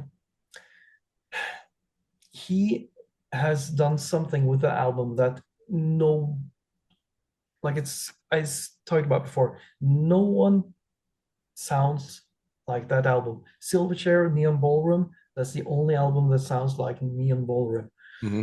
And digging into the story because I'm like a music nerd. Oh, I can see that you as well. You dig oh, deep. I'm right there with you, sir. Yeah. So when I learned that this whole album was written by Daniel Johns, um, uh, while he was at his sickest, Yeah, with the having anorexia and going through that. yeah, anorexia, Yeah, going through yeah, that eating battle. disorder, yeah, and then you kind of listen to Anna's song after realizing that it just oh Yeah. it became so much heavier Mhm. in emotions, and even songs like um, I Miss You on that album, how he phrases everything up to being the disease, how he talks about I love the way you love, but I hate the way I'm supposed to love you back. Yeah. It just it wrecked me. Yeah. Really just oh, it's so hard. So that's an album that's kind of hard but comforting to listen to, and how it's orchestrated, and how he just perfected everything for his own like personal soundtrack for his disease. It was really inspiring. So Silverchair for me is like it's like two bands, and I tried my best because I will always try to like stuff, but I just can't get myself to like uh, anything Silverchair did after that album. Yeah. I tried, but it's like it doesn't ring. It doesn't ring true to me. You know, It doesn't sound sincere. this is what I how I think back on our teen years, because like we grew up, Mm, but like with all the best worlds, we were mm, really, we were privy to hearing some of the, in my opinion, the best, like, mainstream hard rock music. mm. Because like Yeah. the stuff coming out today is, I mean, shit. It is just straight utter Mm. nonsense. But like even like like even with like the death of like Kurt Cobain, whenever he basically broke everything wide open for the Mm. masses, and and just like we were able to hear grunge, and hear even some like even some of the post grunge movement, like bands like Hum, which I Yeah. fucking Mm. adore. Hum. Like I mean, Hum Yeah. Hum had no business being as heavy on the radio than and I keep going back to them, man. It's like Hum is like my comfort food. I just if I don't know what to listen Mm. to other than Dark Throne, I'm listening to Hum. It's just the way it is. Yeah, man. Yeah, man. So cool. I love like re-exploring old stuff. Yeah, Um, same here. and trying to figure out because I'm doing my podcast and trying to talk about the album that's has kind of formed me, and some of them formed me maybe later. Assume like if you take Alice in Chains Dirt, Oh yeah. uh, it would be logical for that to inspire me in like 96, 95, 96. But to be honest, probably not before like 2010 or something when I picked it up again. Then it dawned on me how good it was. I was like, oh, this is really, really good. And I love it. yeah. I love He was just in the back just waiting. He's like, all right, Yeah, yeah, this is happening yeah. now. This is happening now, yeah.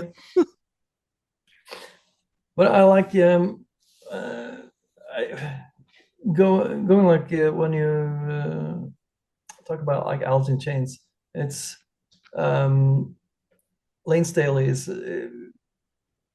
of course later digging into how messed up he was, how those lyrics really really means something, and I was listening to I think it's probably 5 years ago for the first time. I listened to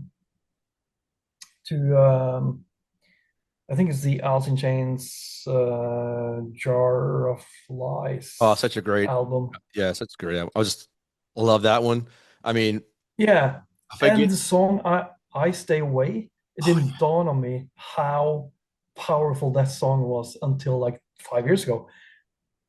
And the opening lyrics, it's just uh, he's going south this year. Now I was thinking,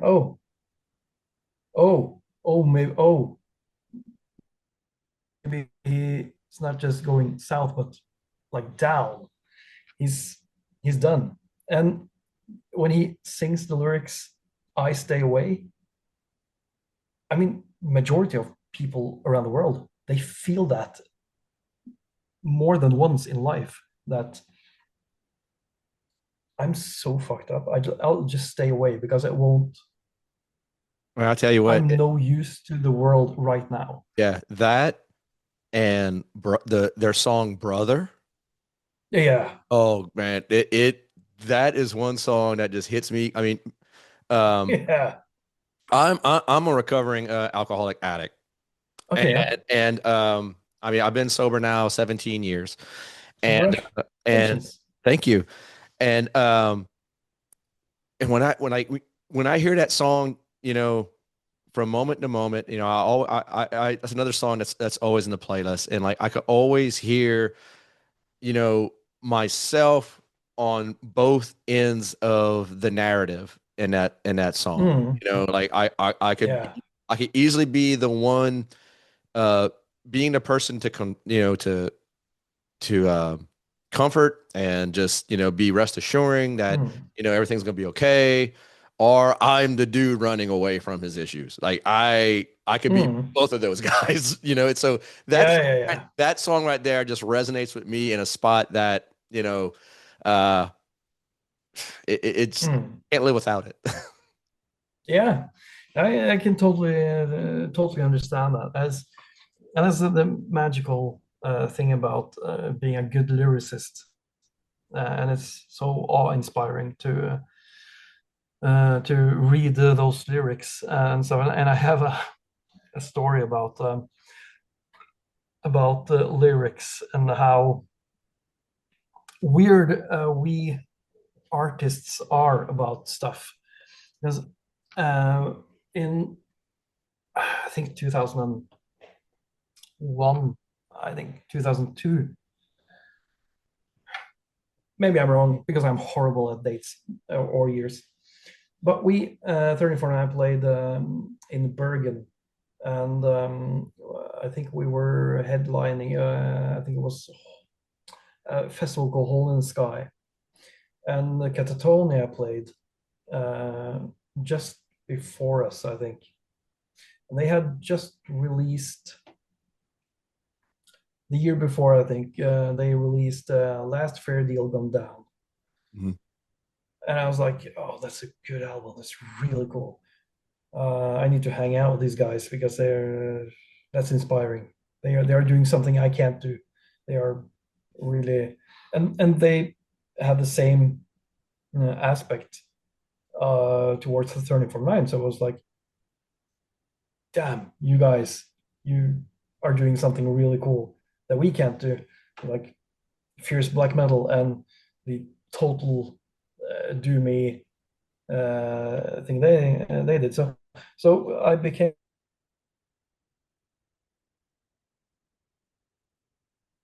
some mails and some messages after that, and he sent me the new then new Bloodbath album, the Nightmare Made Flesh album, and I was like, oh, cool. I also got an album we did. I think it was Wander in the Shadow or something, and we just sent like back and forth. And then Catatonia released, I think, Viva Emptiness. I Viva Emptiness, and you have this song. It's a cold song called Evidence on there, and it's so good. It's so kind of filmatic, Mhm. and how he phrases the lyrics. It kind of it's a journey. You will make your own pictures in your head based on the lyrics, and that always excites me because he sings something like, "If you die, I will die too," Mhm. and be still for a moment. Um, and it's like, oh, what is he? What is he singing about? Is it like, are they in a room? Are they being like terrorized by some entity? You need to be still. Hold your breath. It's like, God damn it. And it just drove me crazy. So I wrote to him. It's like, hey, Jonas, I really, really love the new album, but can you please explain the lyrics for Evidence? And for and he saw the message, did not respond. We didn't talk in like 6 months. And that was weird because we talked like every other week or something. And I thought like, oh, I think I stepped on some toes, or I did something that I asked of him something that I shouldn't ask of. Right. And that was weird. And when we like picked up the communication again, it wasn't talked about. It was like I know that, okay, I'm not gonna dip my toes in that water. That's cool. Okay, so he's a guy that he's an artist that do not want to discuss music. And now, being like 45, I can relate. It's like if somebody asked me, hey, what's the lyrical meaning behind Pariah? And like, yeah, I mean, even that song is like basically you can't decipher it any other way. But I have some lyrics, yeah, like Shadim on The Wanderer in Shadow. The lyrics are written in a way that you can interpret it several ways. But if somebody asked me if I could explain it to them, I wouldn't do it. It's a kind of an artistic thing where I don't know if it's like a douchebag thing because I don't want to be a douchebag, but I want people to conjure their own stories. Yeah, I And think if they, I'm sorry to interrupt you, but yeah, I respect that, you know. Whenever an artist wants to leave it to the audience's interpretation of what that song yeah, means, like, mm, rather than like reveal everything, just because I know for me that there's so many songs that I have this image, I have this meaning, or and mm, I think that if I knew, if if my curiosity got the best of me and I wanted to know, then maybe I'm it might not be as cool of a story that I already painted. of course it's not. I mean, if you see the boogeyman, he stops being scary. Right. Never show the antagonist. Never. That's my thing with like movies and stuff as well. Like if you can keep it just lingering, just eerie all the time and just end it without any reveal, I'm so happy. I'm kind of bothered, but I'm bothered in a good way. It's like, oh, you conniving sons of bitches. You really did it. That was, I love it. Instead of like, here's the monster. I was like, oh, and here's the backstory. I was like, oh no, Yeah. why? Yeah. I don't, oh, it's like, oh, don't over explain this thing. And if you were to come to me and say, hey, I wrote, well, I read the lyrics for this song you wrote. Um, is it about this and this? And if you are right, I will say, yes, that's true. It's a story about that and that. And we could talk about it. But if you interpret it wrong, I will say, no, it's not. But I really like that you interpret it that way. Yeah. But I won't give you the answer Yeah. unless you find the answer. Yeah. I totally respect that. And Yeah. I know, I mean, I was, I've been fortunate to make, friends with some local artists here. One of them is Ben Falgu of Goat Whore and Yeah. Soylent Green.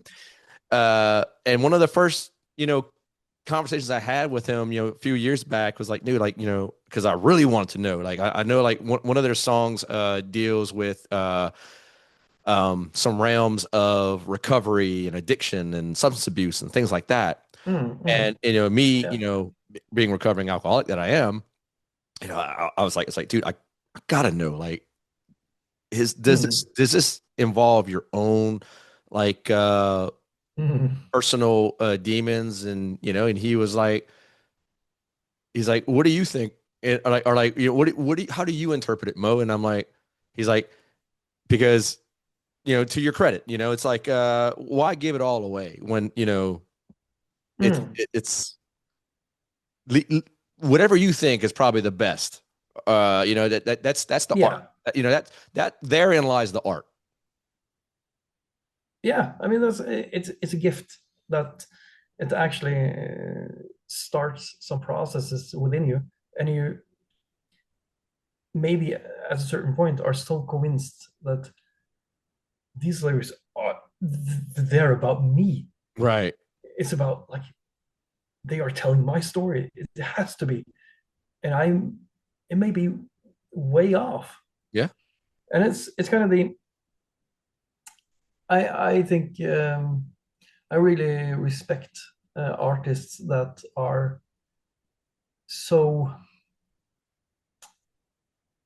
I mean, that they can, and don't get me wrong, but if an artist can fool me, I'm really really happy Hmm. because it's kind of what we do. And I saw this interview with a it's a pop vocalist. I don't know if she's big in the States, but she's called Robin from Sweden.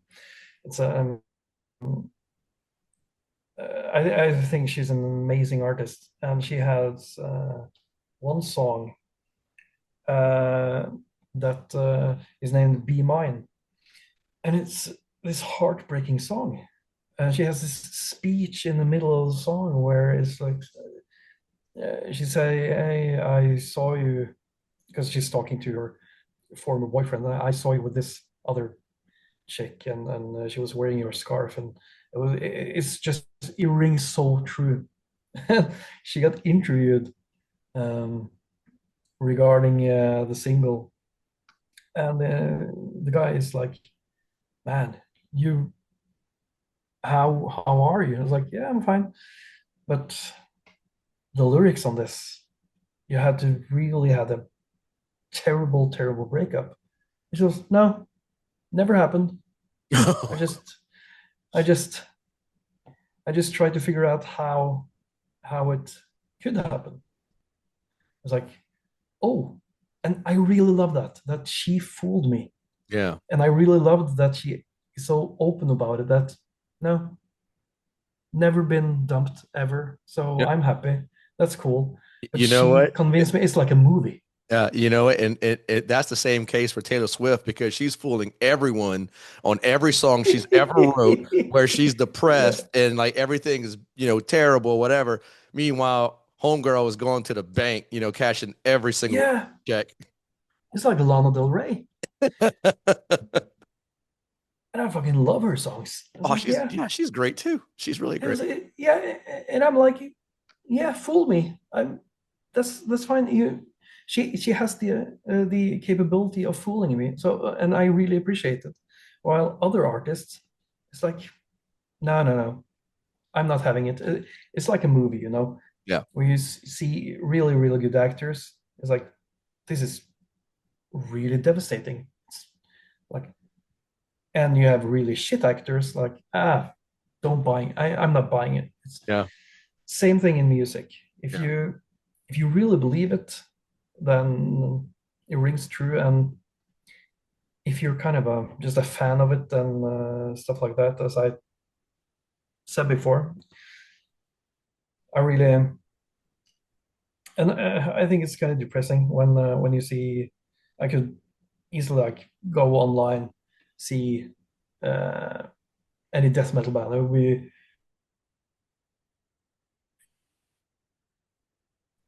oh, this and everything, but probably wouldn't speak to me like other albums would when I'm listening to just the raw energy of Cause of Death, uh, Obituary chopped in half. I mean, even if they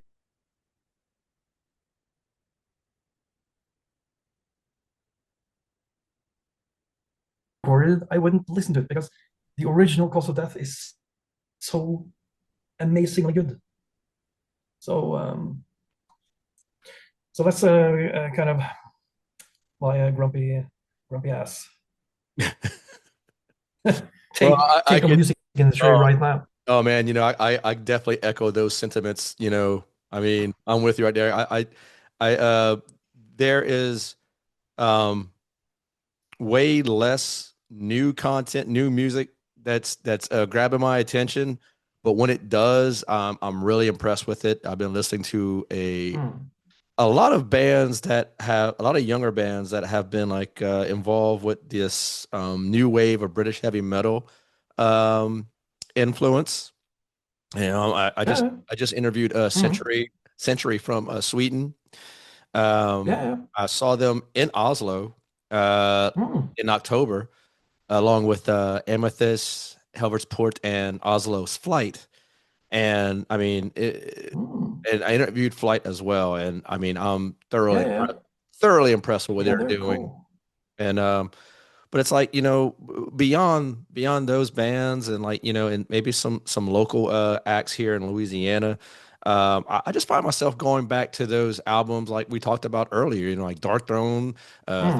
1349's Yeah. Liberation, and um, Mm. and even Golgoroth as well. And I mean, I could name a whole lot more, but the names escape me, the albums Yeah. escape.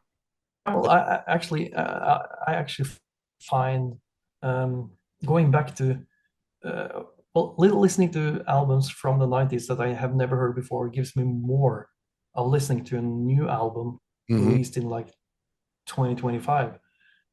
If there's like, I just never heard the band Cancer. I, I I, checked out some old.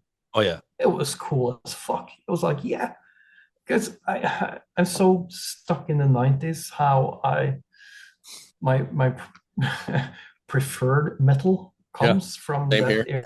era, and if it's not the 90s, then it has to be something so fairly unique. And in my opinion, it's one album that stands out, which came out I think last year, uh, that is, in my opinion, flawless and so inspirational. It's ridiculous, and that's the last Dødheimsgard album, Black Medium Current. It's just flawless, and I'm baffled by people who say, "Oh, I think a couple of cool riffs." I was like, "No, it's a movement. It's from start to finish. It's riff number 4 isn't cool. It's then for me the whole point is gone. It's a movement. You need every layer, everything all at once, and Right. it's so, in my opinion, so black metal without being black metal. Yes. Even though I know the guys that Yusuf is, I mean, he has created some of the most legendary black metal riffs ever created. I mean, him alone is the inspiration for, at a certain point in my life, how I wanted to create riffs.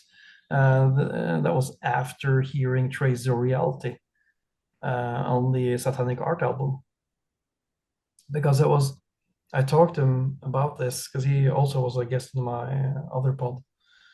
Um, and he's like, yeah, so you can wrap your head around the riff. I'm like, yeah, but it took me like a couple listens because the riff is so long, Hmm. and the riff starts in the middle of the riff. So you need to like, okay, so it starts in the middle of the riff. So it's like an up build up, and then the riff starts at one, but then you're kind of way into, oh, so it's really, really complicated to get the narrative of the riff, the one, because the one isn't played from the one, it's played from like 16 bars out there.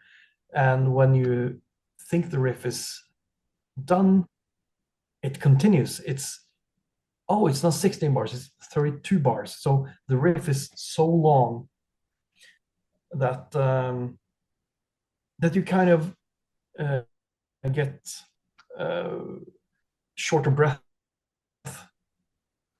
if you are listening to it the way I am, which is like you try to listen and breathe at the same time, and it's just hauling ass on the riff, and like, oh, it's not done yet. And then he got the break, and then it's the one that's like, oh, so there it is. So Yeah. that's the whole round. That's this whole segment of the riff. And then it stops, and it gets just more ludicrous with more content, and just so it's possible to create a riff that's not like 8 bars. It's like it doesn't need to be I'm the Black Wizards like Right. you could do like and just go on forever, and just as, and you decide when it's over, it's like it's not over until I say it's over. And Right. that's kind of cool with a riff, that you don't play into the listener too much. Um, and that was inspiring. So that's how that's the mentality I had when I created the second riff of Singer of Strange Songs uh, from the Beyond the Apocalypse album. And that's how we also went on creating the opening track for Pantheon I's Worlds I Create, Myself Above All, the track there, because it starts off with a lead riff, and it's like, oh no, we're not done. Then the other guitarist, Jon Espen, he starts the lead, and then I go into the rhythm. So we have like this very, very long riff. And that's the mentality and the inspiration from Traces of Reality. Man, and some of the most like brutal and I dare say just legendary Yeah. riffs from that catalog of 1349 in my opinion. Uh Oh, okay, cool. yeah, I mean whenever Dev said, dude, he's like, hey, Shava it would be interested in doing an episode. I was like, oh bruh.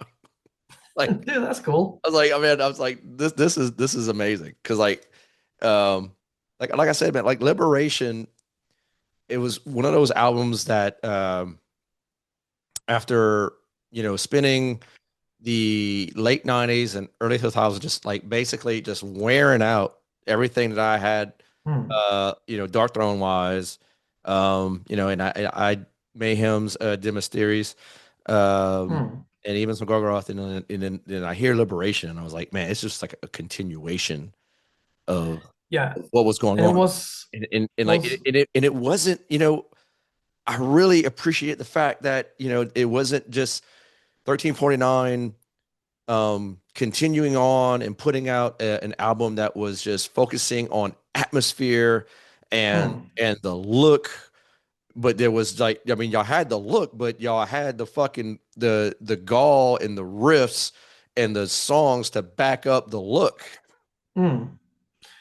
Yeah, I think that it was a kind of a correct time to do it also because it was so against the grain on how the whole black metal sound were shifting, and the trajectory of the black metal sound was like more grandiose, more pompous, more like more and more. Yeah. And you had like Dimmu Borgir who kind of like, I think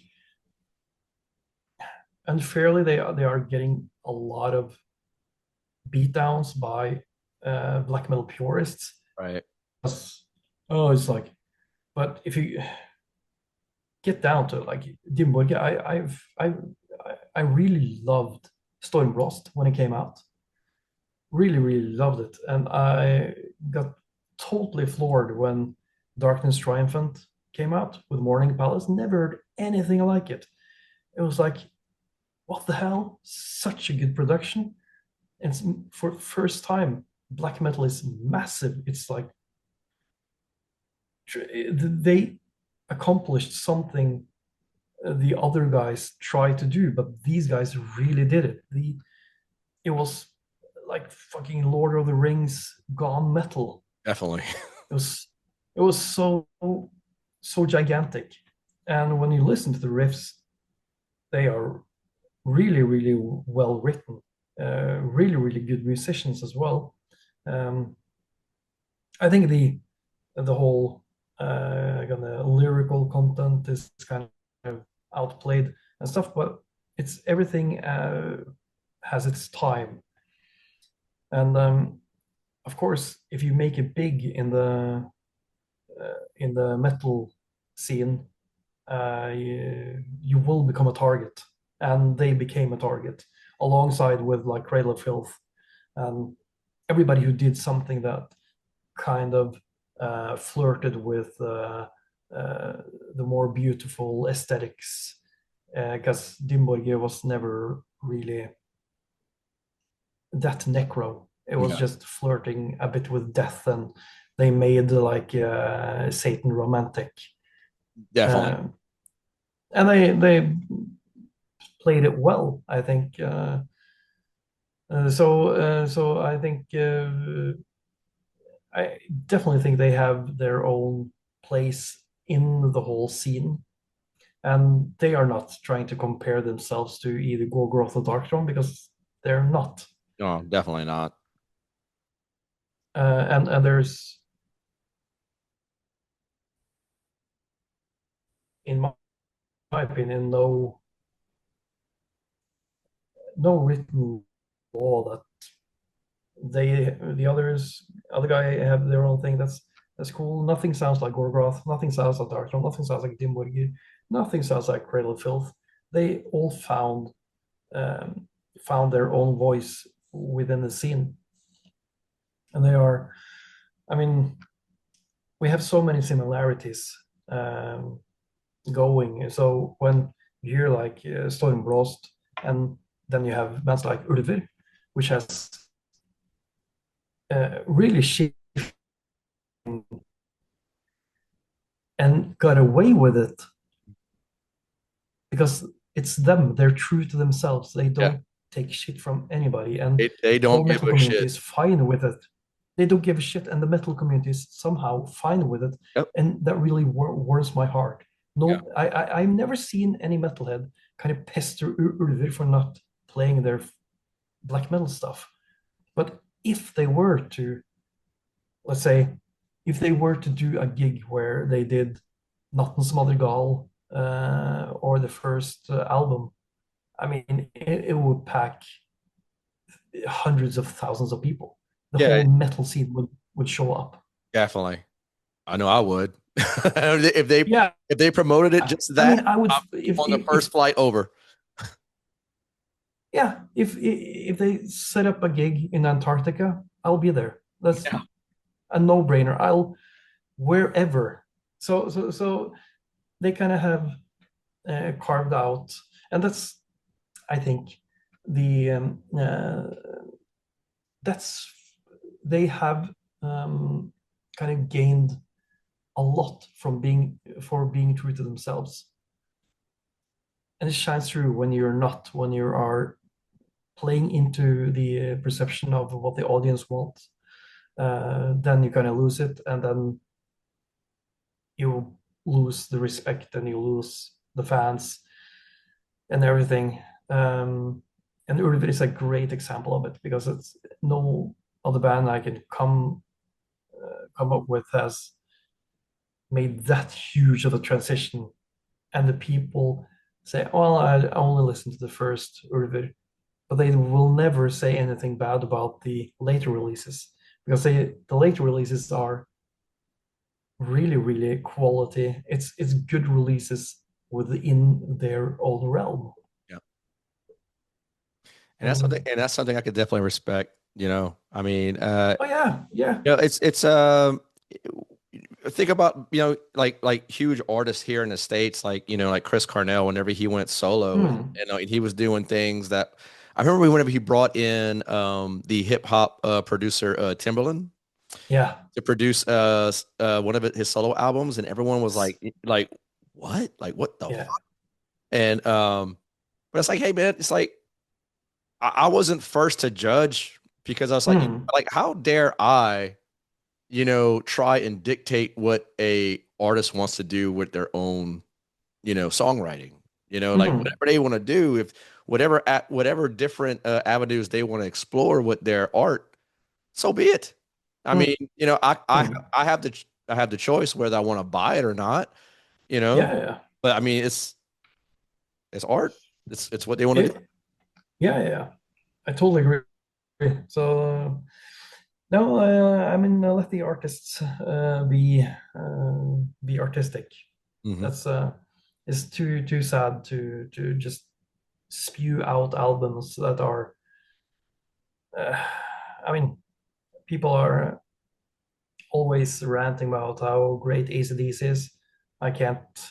I've never understood it because I really, really don't like AC/DC because they have this one formula, and it's like, oh, that formula doesn't work for me. That's like, and one of my friends said, well, it's because you don't drink too much. It's like, yeah, probably, but if that's the criteria for liking a band, count me out. I mean, that's that's not for me. And it's like we had this one guy who has a an AC/DC podcast in Norway, and he wanted to be one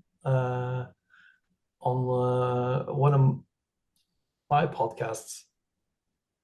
And I said to him, well, what do you want to talk about? Because we talk about like gaming and metal and stuff like that. So I can talk about AC/DC. I was like, well, I don't like it.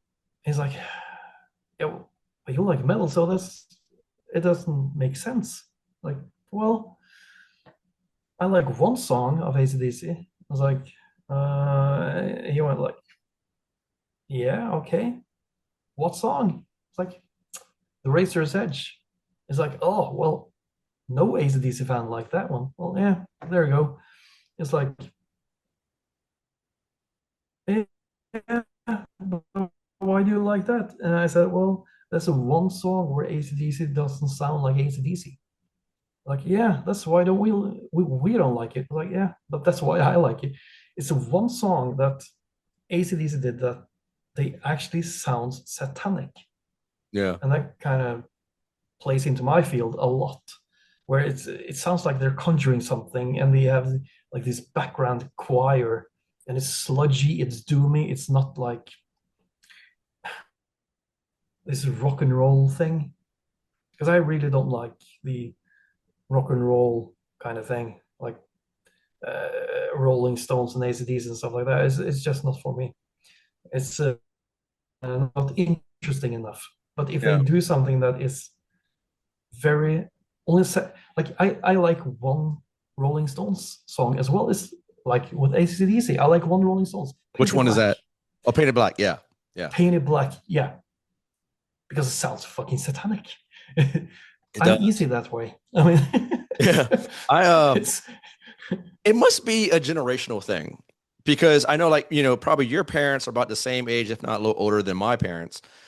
I mean, and mm, my parents, they had me relatively young. I mean, I think my dad was 20. My mom was like right at 18 whenever she had me.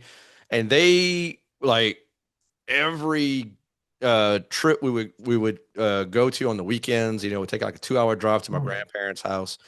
And it was just full on, just like force feeding me Rolling Stones, Eagles, and shit of Oh that, damn. bruh. And look, dude, like I have a fucking like I would even call it love hate relationship. It's a hate relationship with fucking the Eagles. I can't stand the Oh, I can imagine. I mean, it it really sucks. fucking. You know, while, It's while everyone is enjoying their Hotel Californias, I'm like, but I can't. Yeah, I can't like pinpoint what that making it suck. It's just it sucks for me. It's sucks. the whole thing. I can break it down. I think it's like every aspect of it sucks. So, well, it's not for me at least. Yeah, Uh, yeah, yeah, but something about that, the Hotel California, where it's just like so sounds so stupid. yeah. Now, Sounds like Homer Simpson's wrote the riff.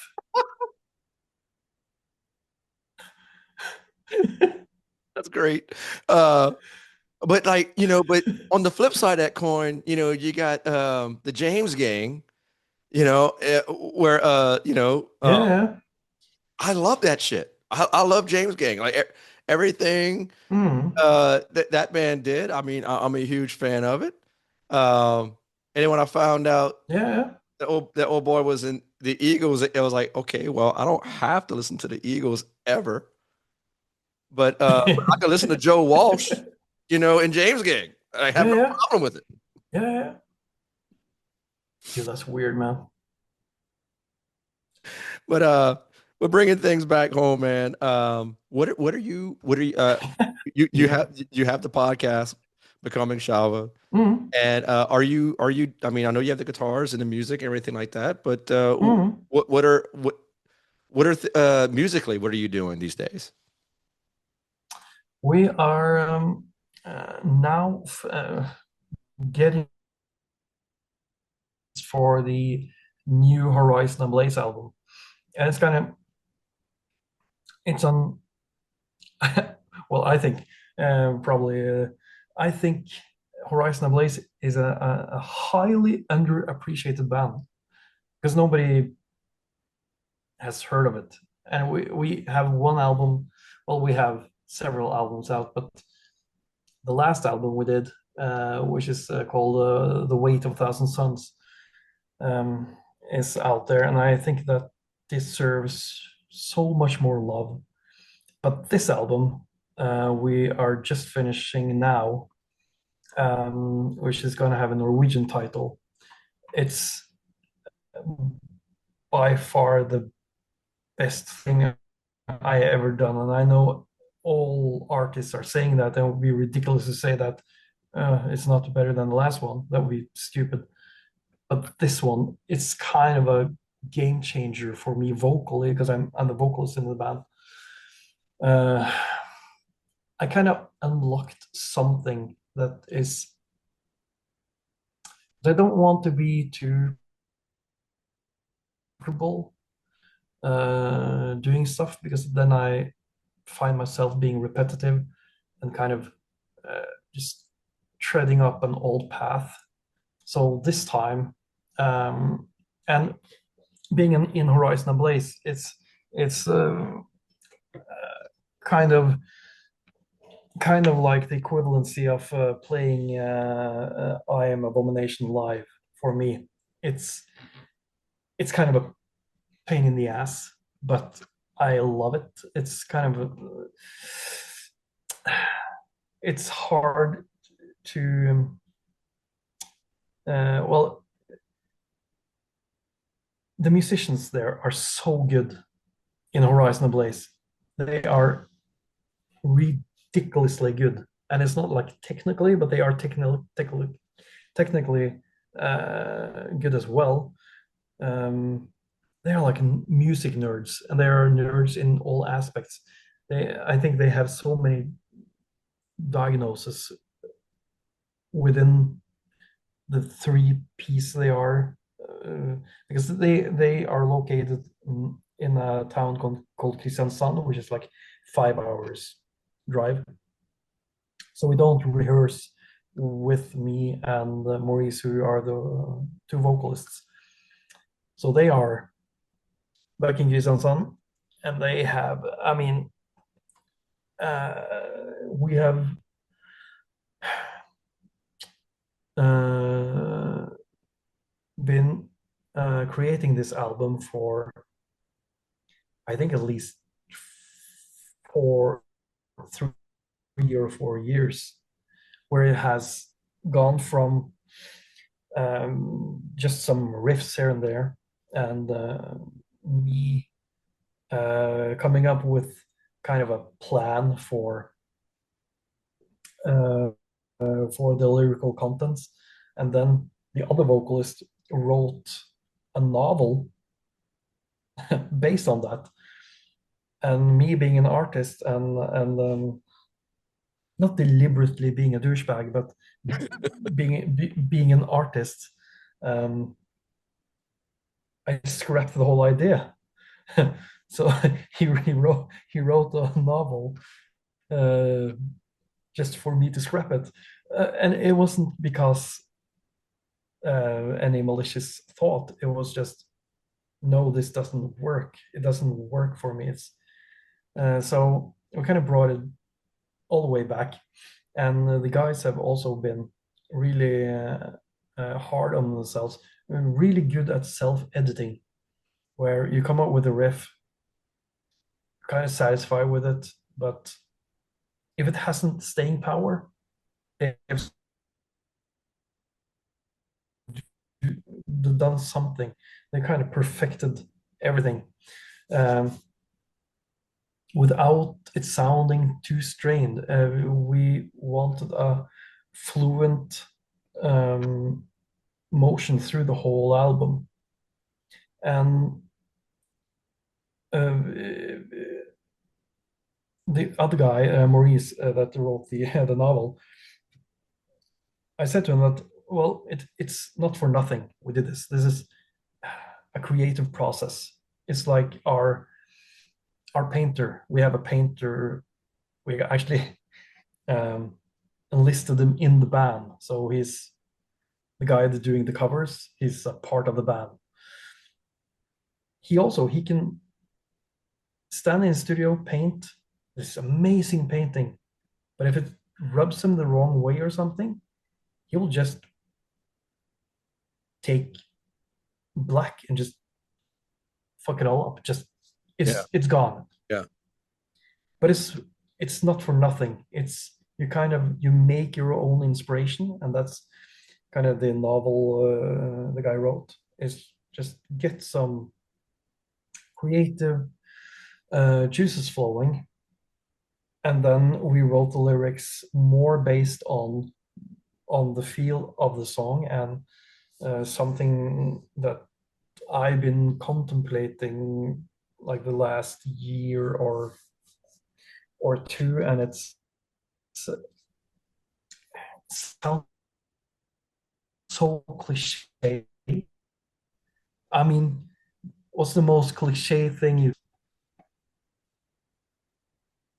would be death, right? Mm. Yeah. So we're writing about death. But in us in an in aspect I haven't done before. It's kind of, and this is me going a bit against my own law. But one of the lyrics I'm gonna tell you a bit about it.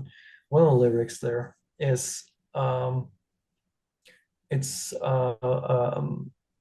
a figure that uh, uh,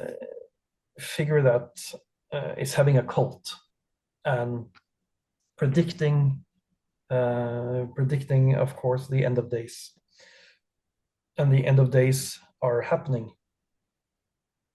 And he's right in the middle, in the eye of the storm. Everything is just ripped apart, shredded. And in this, he can see that it has nothing to do with his belief, his superstition. This is cosmic intervention. This is has nothing to do with a god or a will. And the obvious way of writing it would be to kind of, haha, you stupid piece of cult leader, blah, blah, blah. But this is him in the last moments of his life accepting it. And the album is centered a lot around accepting death instead of glorifying it or being afraid of it. Just accept it. It's something we all will experience. Mm. It's inevitable. It doesn't have to be either dark or light. It just is. It And is. if you Yeah. just accept it, yeah.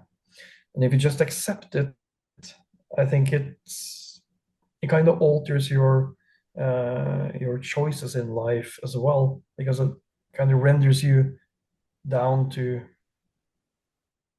you have one shot, you have this time, this is it. Of course, don't go out and do stupid shit, because people don't do that just because they are an atheist or have found out that, okay, I need to live my life to the fullest. You don't need to just go haywire, but do stuff that at the end of the day that you can actually go to bed and, yeah, that was cool.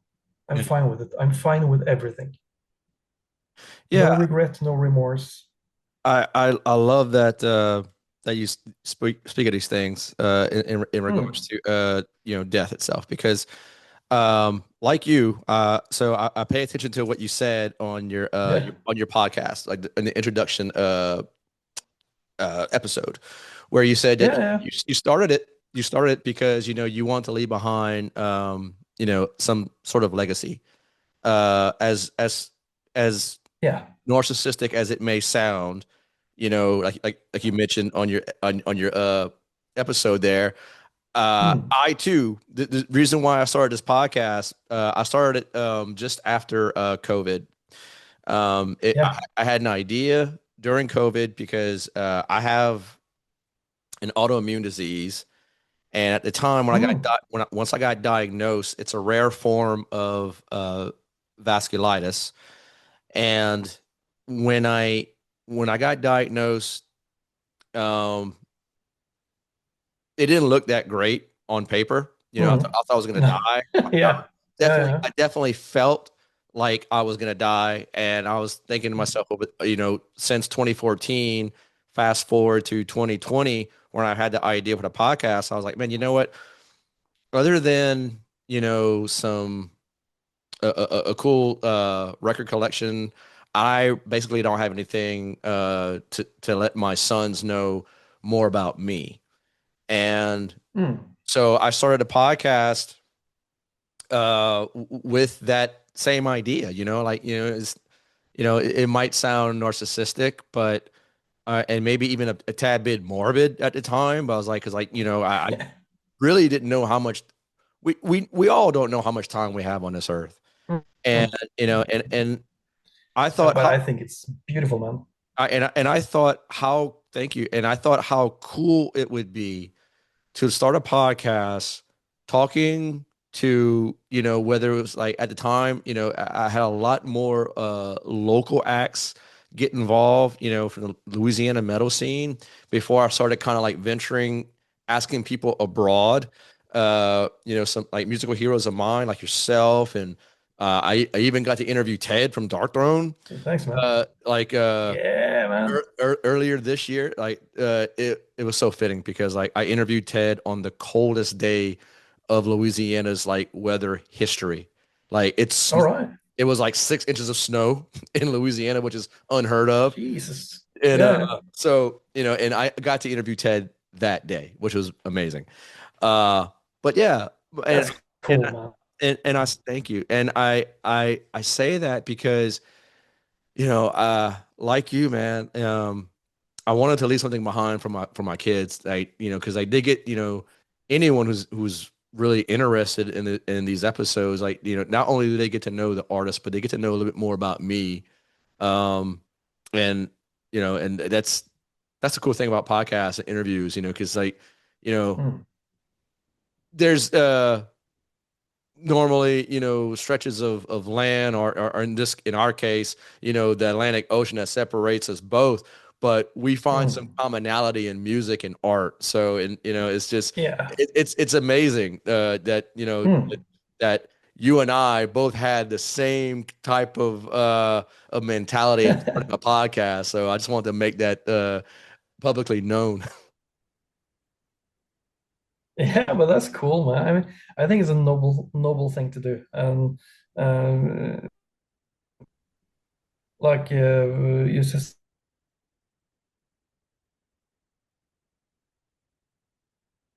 you want to leave something behind other than the depiction of me uh, trying to find stuff online is I don't agree with that depiction at all, and I want to correct some of it, and I want to have some kind of foundation that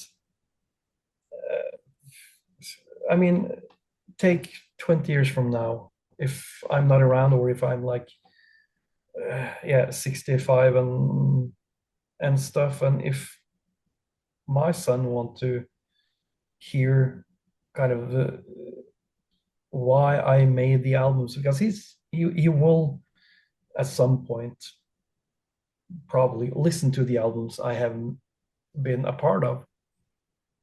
And if he's interested in it, he can find out my whole journey towards these albums and why I got into black metal, and maybe hear some stories that I never got to tell him because I can't remember it. And as we are, as I've been talking to you today, um, more of my timeline with 34.9 and the demo stages kind of clicked into place, like time-wise, when the other guitarists, we were trying out the other guitarists and trying out drummers, and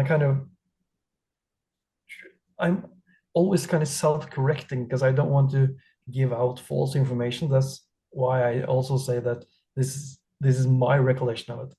And sometimes even uh, I can say that, oh, that demo came before that, but it really didn't because I can't remember it. And I can, in the next sentence, I can correct myself.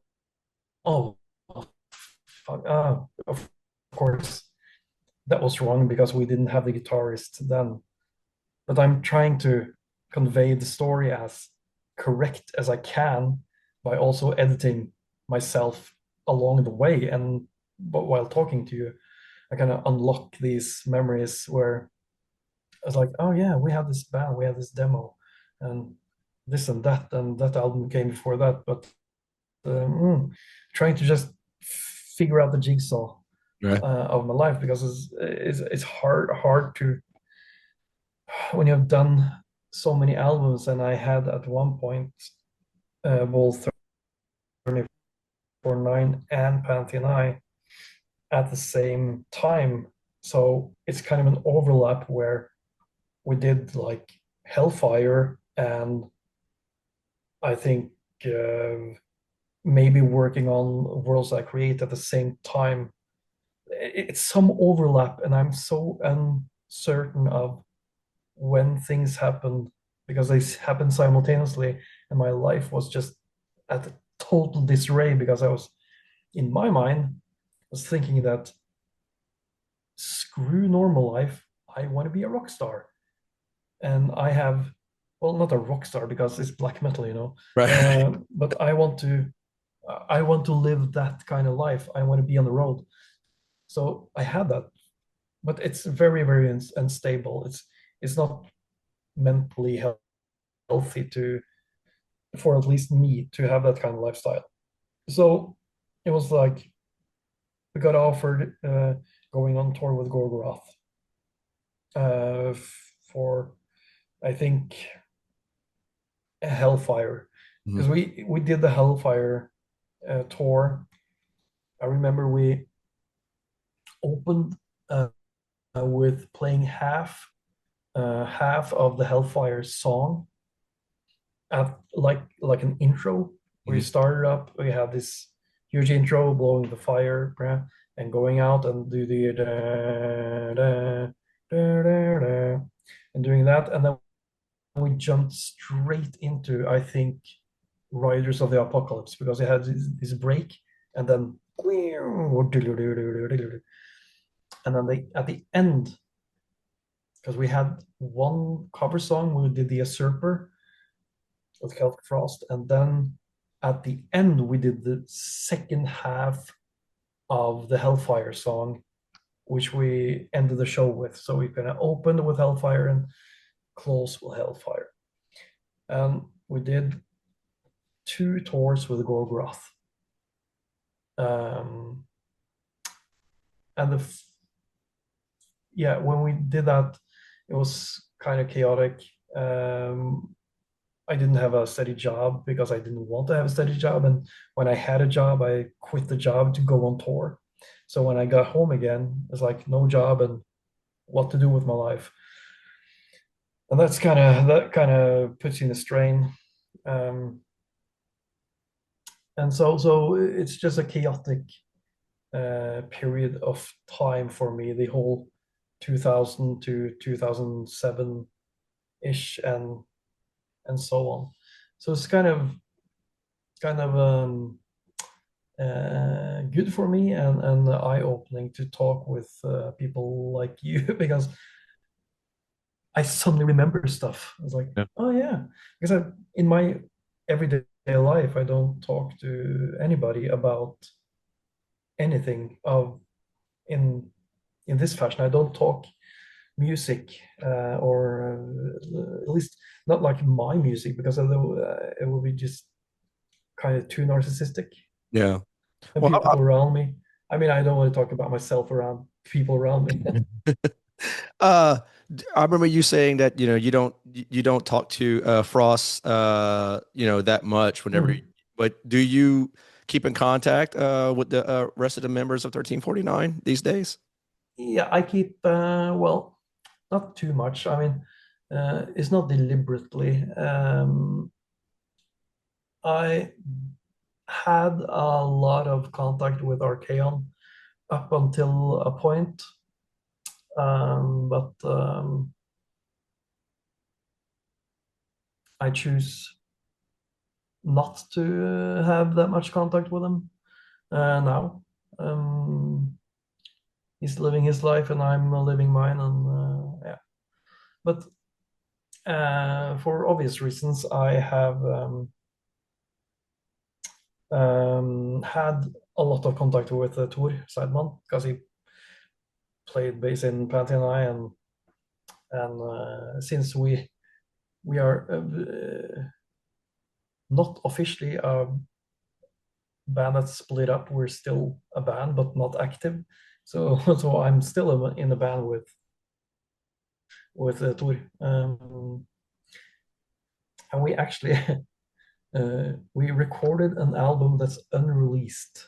Hmm. We recorded 12 years ago, I think, which is still on my hard drive. And now and then I pick it up and it's like, it's still cool. It's still good. It lacks vocals, lacks bass. So the past year, because of Dev Goil, because he came more to my place when he was in Norway, and I just showed him the album, and his jaw just dropped, and like, dude, you have to release this. I'm like, yeah, I probably do. Well, I Because hope I am actually going out to Oslo in April. So yeah, I'm definitely gonna hit you up. dude, And I'd like to hear that. dude, I like to hear that again too. dude, you should come to my place. Oh, absolutely. I plan on it. Dude, let's do it, man. Yeah. That'd be awesome. Yeah, yeah. Let's. Are you staying for a long time, or are you I'm just, gonna be in Norway for about 2 weeks. Um, gonna be arriving April 2nd. dude? Carve out a day in your schedule to hang out with me, Definitely will. dude. Definitely will. I would That'd love be that. so cool. Yeah. Yeah, I'll show you that album, and of course the new Horizon of Blaze album, and I probably have some other unheard snippets of Be- stuff. Before I let you go, Yeah, yeah. I got a couple more questions, and I'll make them real quick for you. Well, I'll try to make them quick, but No it's problem, it's man. gonna be okay. So give me one word, just one word associations with Raven, Tor, Mhm. and Archeon. Okay. Um, Archeon, Archeon, yeah. complicated. Yeah. Frost, respectful. And Tor, well, Sideman. Oh, I love Tor. Uh, comforting. Yeah. And Raven,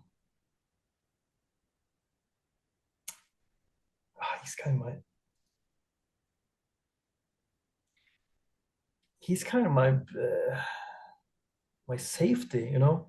He Really? was back then. Yeah, he was back then. He's always, I mean, I have such a heart for Raven. Uh, he's like a safe haven for me. That's brilliant. Love that. And the next It's question. Okay, so yeah. the next question is I need you to pick out 6 albums. Mm. Doesn't matter what genre, doesn't matter where it's just your favorite 6 albums. God forbid the flat is on fire and you got to take 6 albums with you. Which All one's you right. taking? Amazing, man. I love this. I think I have a list on my phone, There man. you go.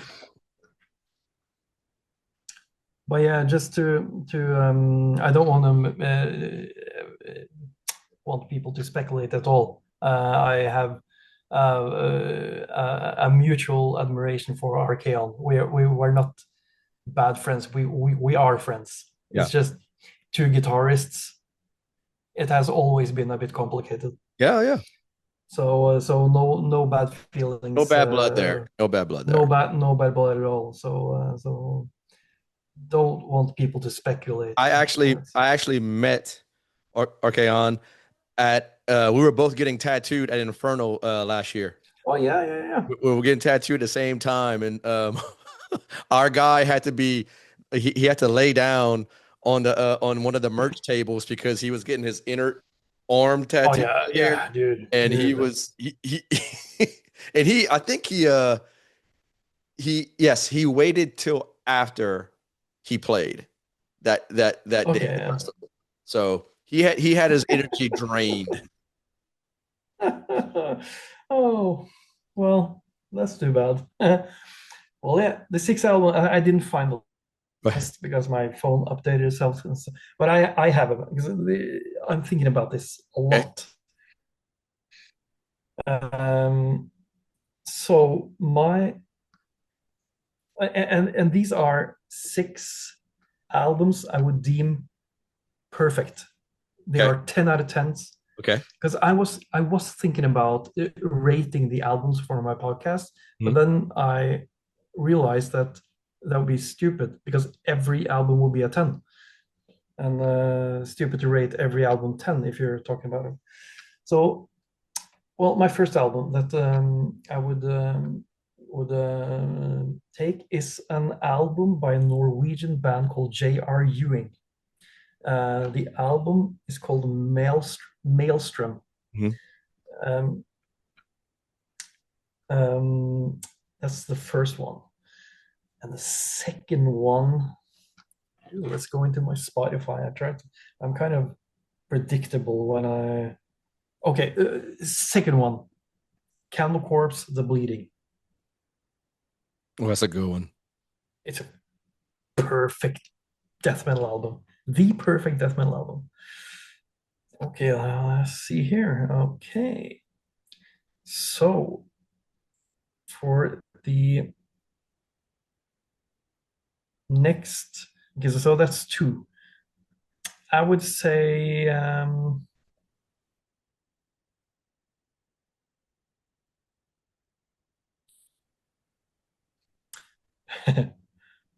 well, yeah, Deftones, White Pony. Oh man, that's such a great album. Such a great Oh, album. it's The so good, the production, the vocals, I mean dude. it's so good. Digital Bath. Yeah. Oh, Oh, say less. Say less. oh, oh, that's so good. It dawns on me how not metal I'm gonna go. Also, the fourth one, the fourth one is a Danish band called Mew, um, and a band called Frangers, not quite friends, but not quite strangers. It's an amazing album. Okay, so for the 2 last, I have to go.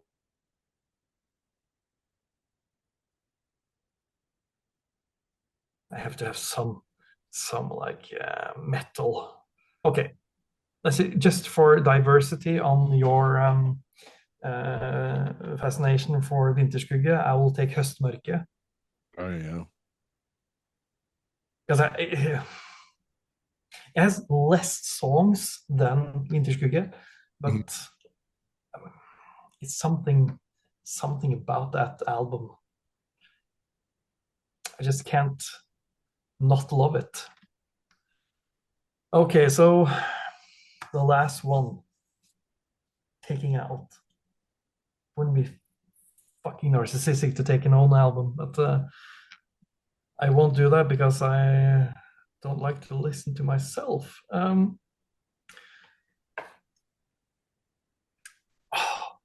want to say something cool. Dude, I'm gonna fuck it. Linkin Park Hybrid Theory.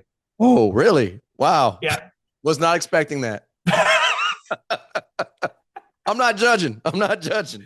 You like what you like, brother. No, I think I, I could say like Silverchair Neon Ballroom, and I could say, Stone Temple Pilots Core. Oh man, that's a really great That's a album. fucking great album. God, man. It's too many. I mean, six. It's yeah, but still, Hybrid I'll, Theory. I'll, I'll I'll give you two honorable mentions. I'll give you three. Oh, oh, you're amazing. Okay, I would do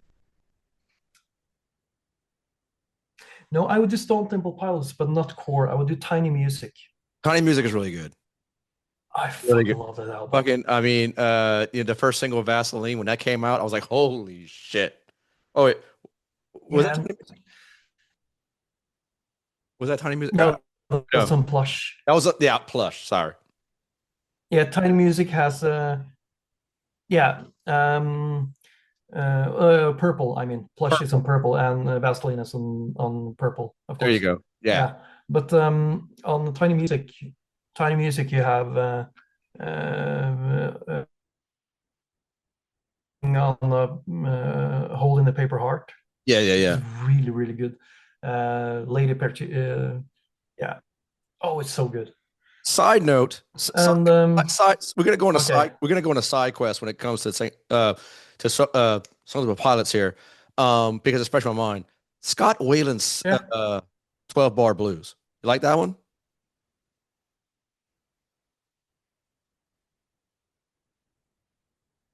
I haven't heard it. I think Oh, solo album, Scott Whalen's solo, solo. yeah, 12 Is it bar good? blues. He I think this was done it was like right just before the band had their initial split, I think. Maybe in like Oh 97, yeah. 98 time frame, I think.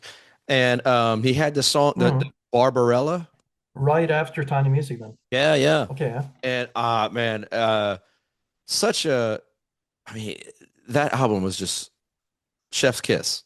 Like really explored his I mean, like everything that he was into. I mean, you hear some like jazz, you hear his Ziggy Stardust era, David Right. Bowie type Yeah, yeah. stuff. It was really good, really good. Amazing. You just check that out. Yeah, that's Think cool. you like it. Ah, I'll probably love it. I love Scott Whalen. Really, really good. I have one more album. I don't think it would be strange if you heard of it or even heard it, but it's a weird project called Devil Doll. I don't think I heard that. Uh, no, it's a project with a guy. He's like the main brain in the project. He calls himself Mr. Doctor, and it's not on Spotify. You need to like go on YouTube or something. YouTube. Okay. Yeah. So Devil Doll, and the album is called The Girl Who Was Death. It's an Bulgarian and Italian collaboration. You can easily hear where Dimmu Borgir has drawn their inspiration. It's not black metal at all. It's Yeah. like rock metal with classical, but a vocalist that's so out there and eerie, and it's almost no riff is repeating itself. So it's like a movement, a Hmm. musical movement. Hmm. It's like if David Lynch would make a soundtrack, this would be it. Really? That's Yeah, that's okay. I'm definitely checking that out. check it I'm out. It's I'm a like huge an I'm a huge David hour Lynch long fan. album. Yeah, One me too. one thing I need to state publicly because I doubt anyone Mm. that follows my podcast. heard you say it. If they did, then they know Mm, where I'm going. Whenever you said that like Dark Throne's Quintessence is like the anthem for black metal as a whole, I could not agree with you yeah, more. Like, yeah. whenever I heard you say that on the Panzerfaust episode, I was like, Andre gets it. Mm. Andre's Andre knows. Like it's like I don't have to say anything better Yeah, than but what he said. no, it's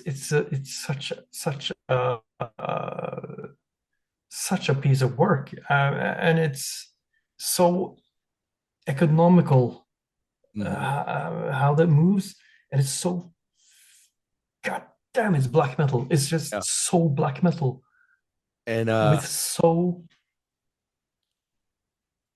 I mean, so restricted information in that riff. It's just what you need. I feel like and I mean, feel free to disagree or Mm, agree. But when I hear, I mean, I think even Fenris might have said it whenever it came out during the Astral Fortress release. He had talked about Caravan of mm, Broken Ghosts, the first single that was on that album, how it mm, was kind of like, going back to that quintessence songwriting era. Uh mm.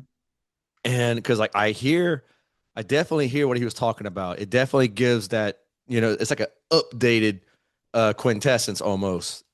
And Mm, and then I took a step further and I started going like into Fenris's playlist on Spotify, yeah. and I discovered oh my God, the name this is sad. One of their favorite one of their favorite artists uh, this song Persephone by Yeah. Wishbone Ash. And I was like, man, this sounds dangerously close to Mm. to what they were doing to what they were doing on Quintessence. Yeah, Mm. Wishbone Ash and Lady J. I mean, it's like Yeah. I remember Fenris even saying on the Panzerfaust commentary tracks where like, it was Mm. like, Quintessence being like a stylized Dan song, it was Yeah. like Yeah. like folk music, and I was like, man, now I get it. Like Mm. it's it but Ted would also tell me that, there was a lot of Bathory like Mm. later Bathory folk metal influence on that too. Um Yeah. I was like, man, I was like, dude, like I felt like I was so close of like figuring Dark Throne's methods out. Mm. Yeah, no, it's an amazing piece of meat Definitely. I'm just so riff I'm it just warms my heart that someone forever. I'm just Forever. It will never. I was about to say, it just warms my heart knowing that someone in Oslo who's a part of 1349 holds that album in high regard, just like I do. And I am just tickled pink by it. Mm. That's cool, man. Andre, man, It's, we spoke for 3 hours, man, and I really appreciate every single second of this podcast. I look forward to likewise, meeting. man. I look forward to meeting up with you once I get my ass to Oslo.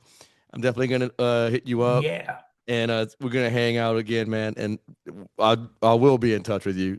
Thank you so much for coming on the Yeah. podcast, Awesome, dude. man. Thanks for having me. Absolutely, man. Gonna go ahead and sign us out.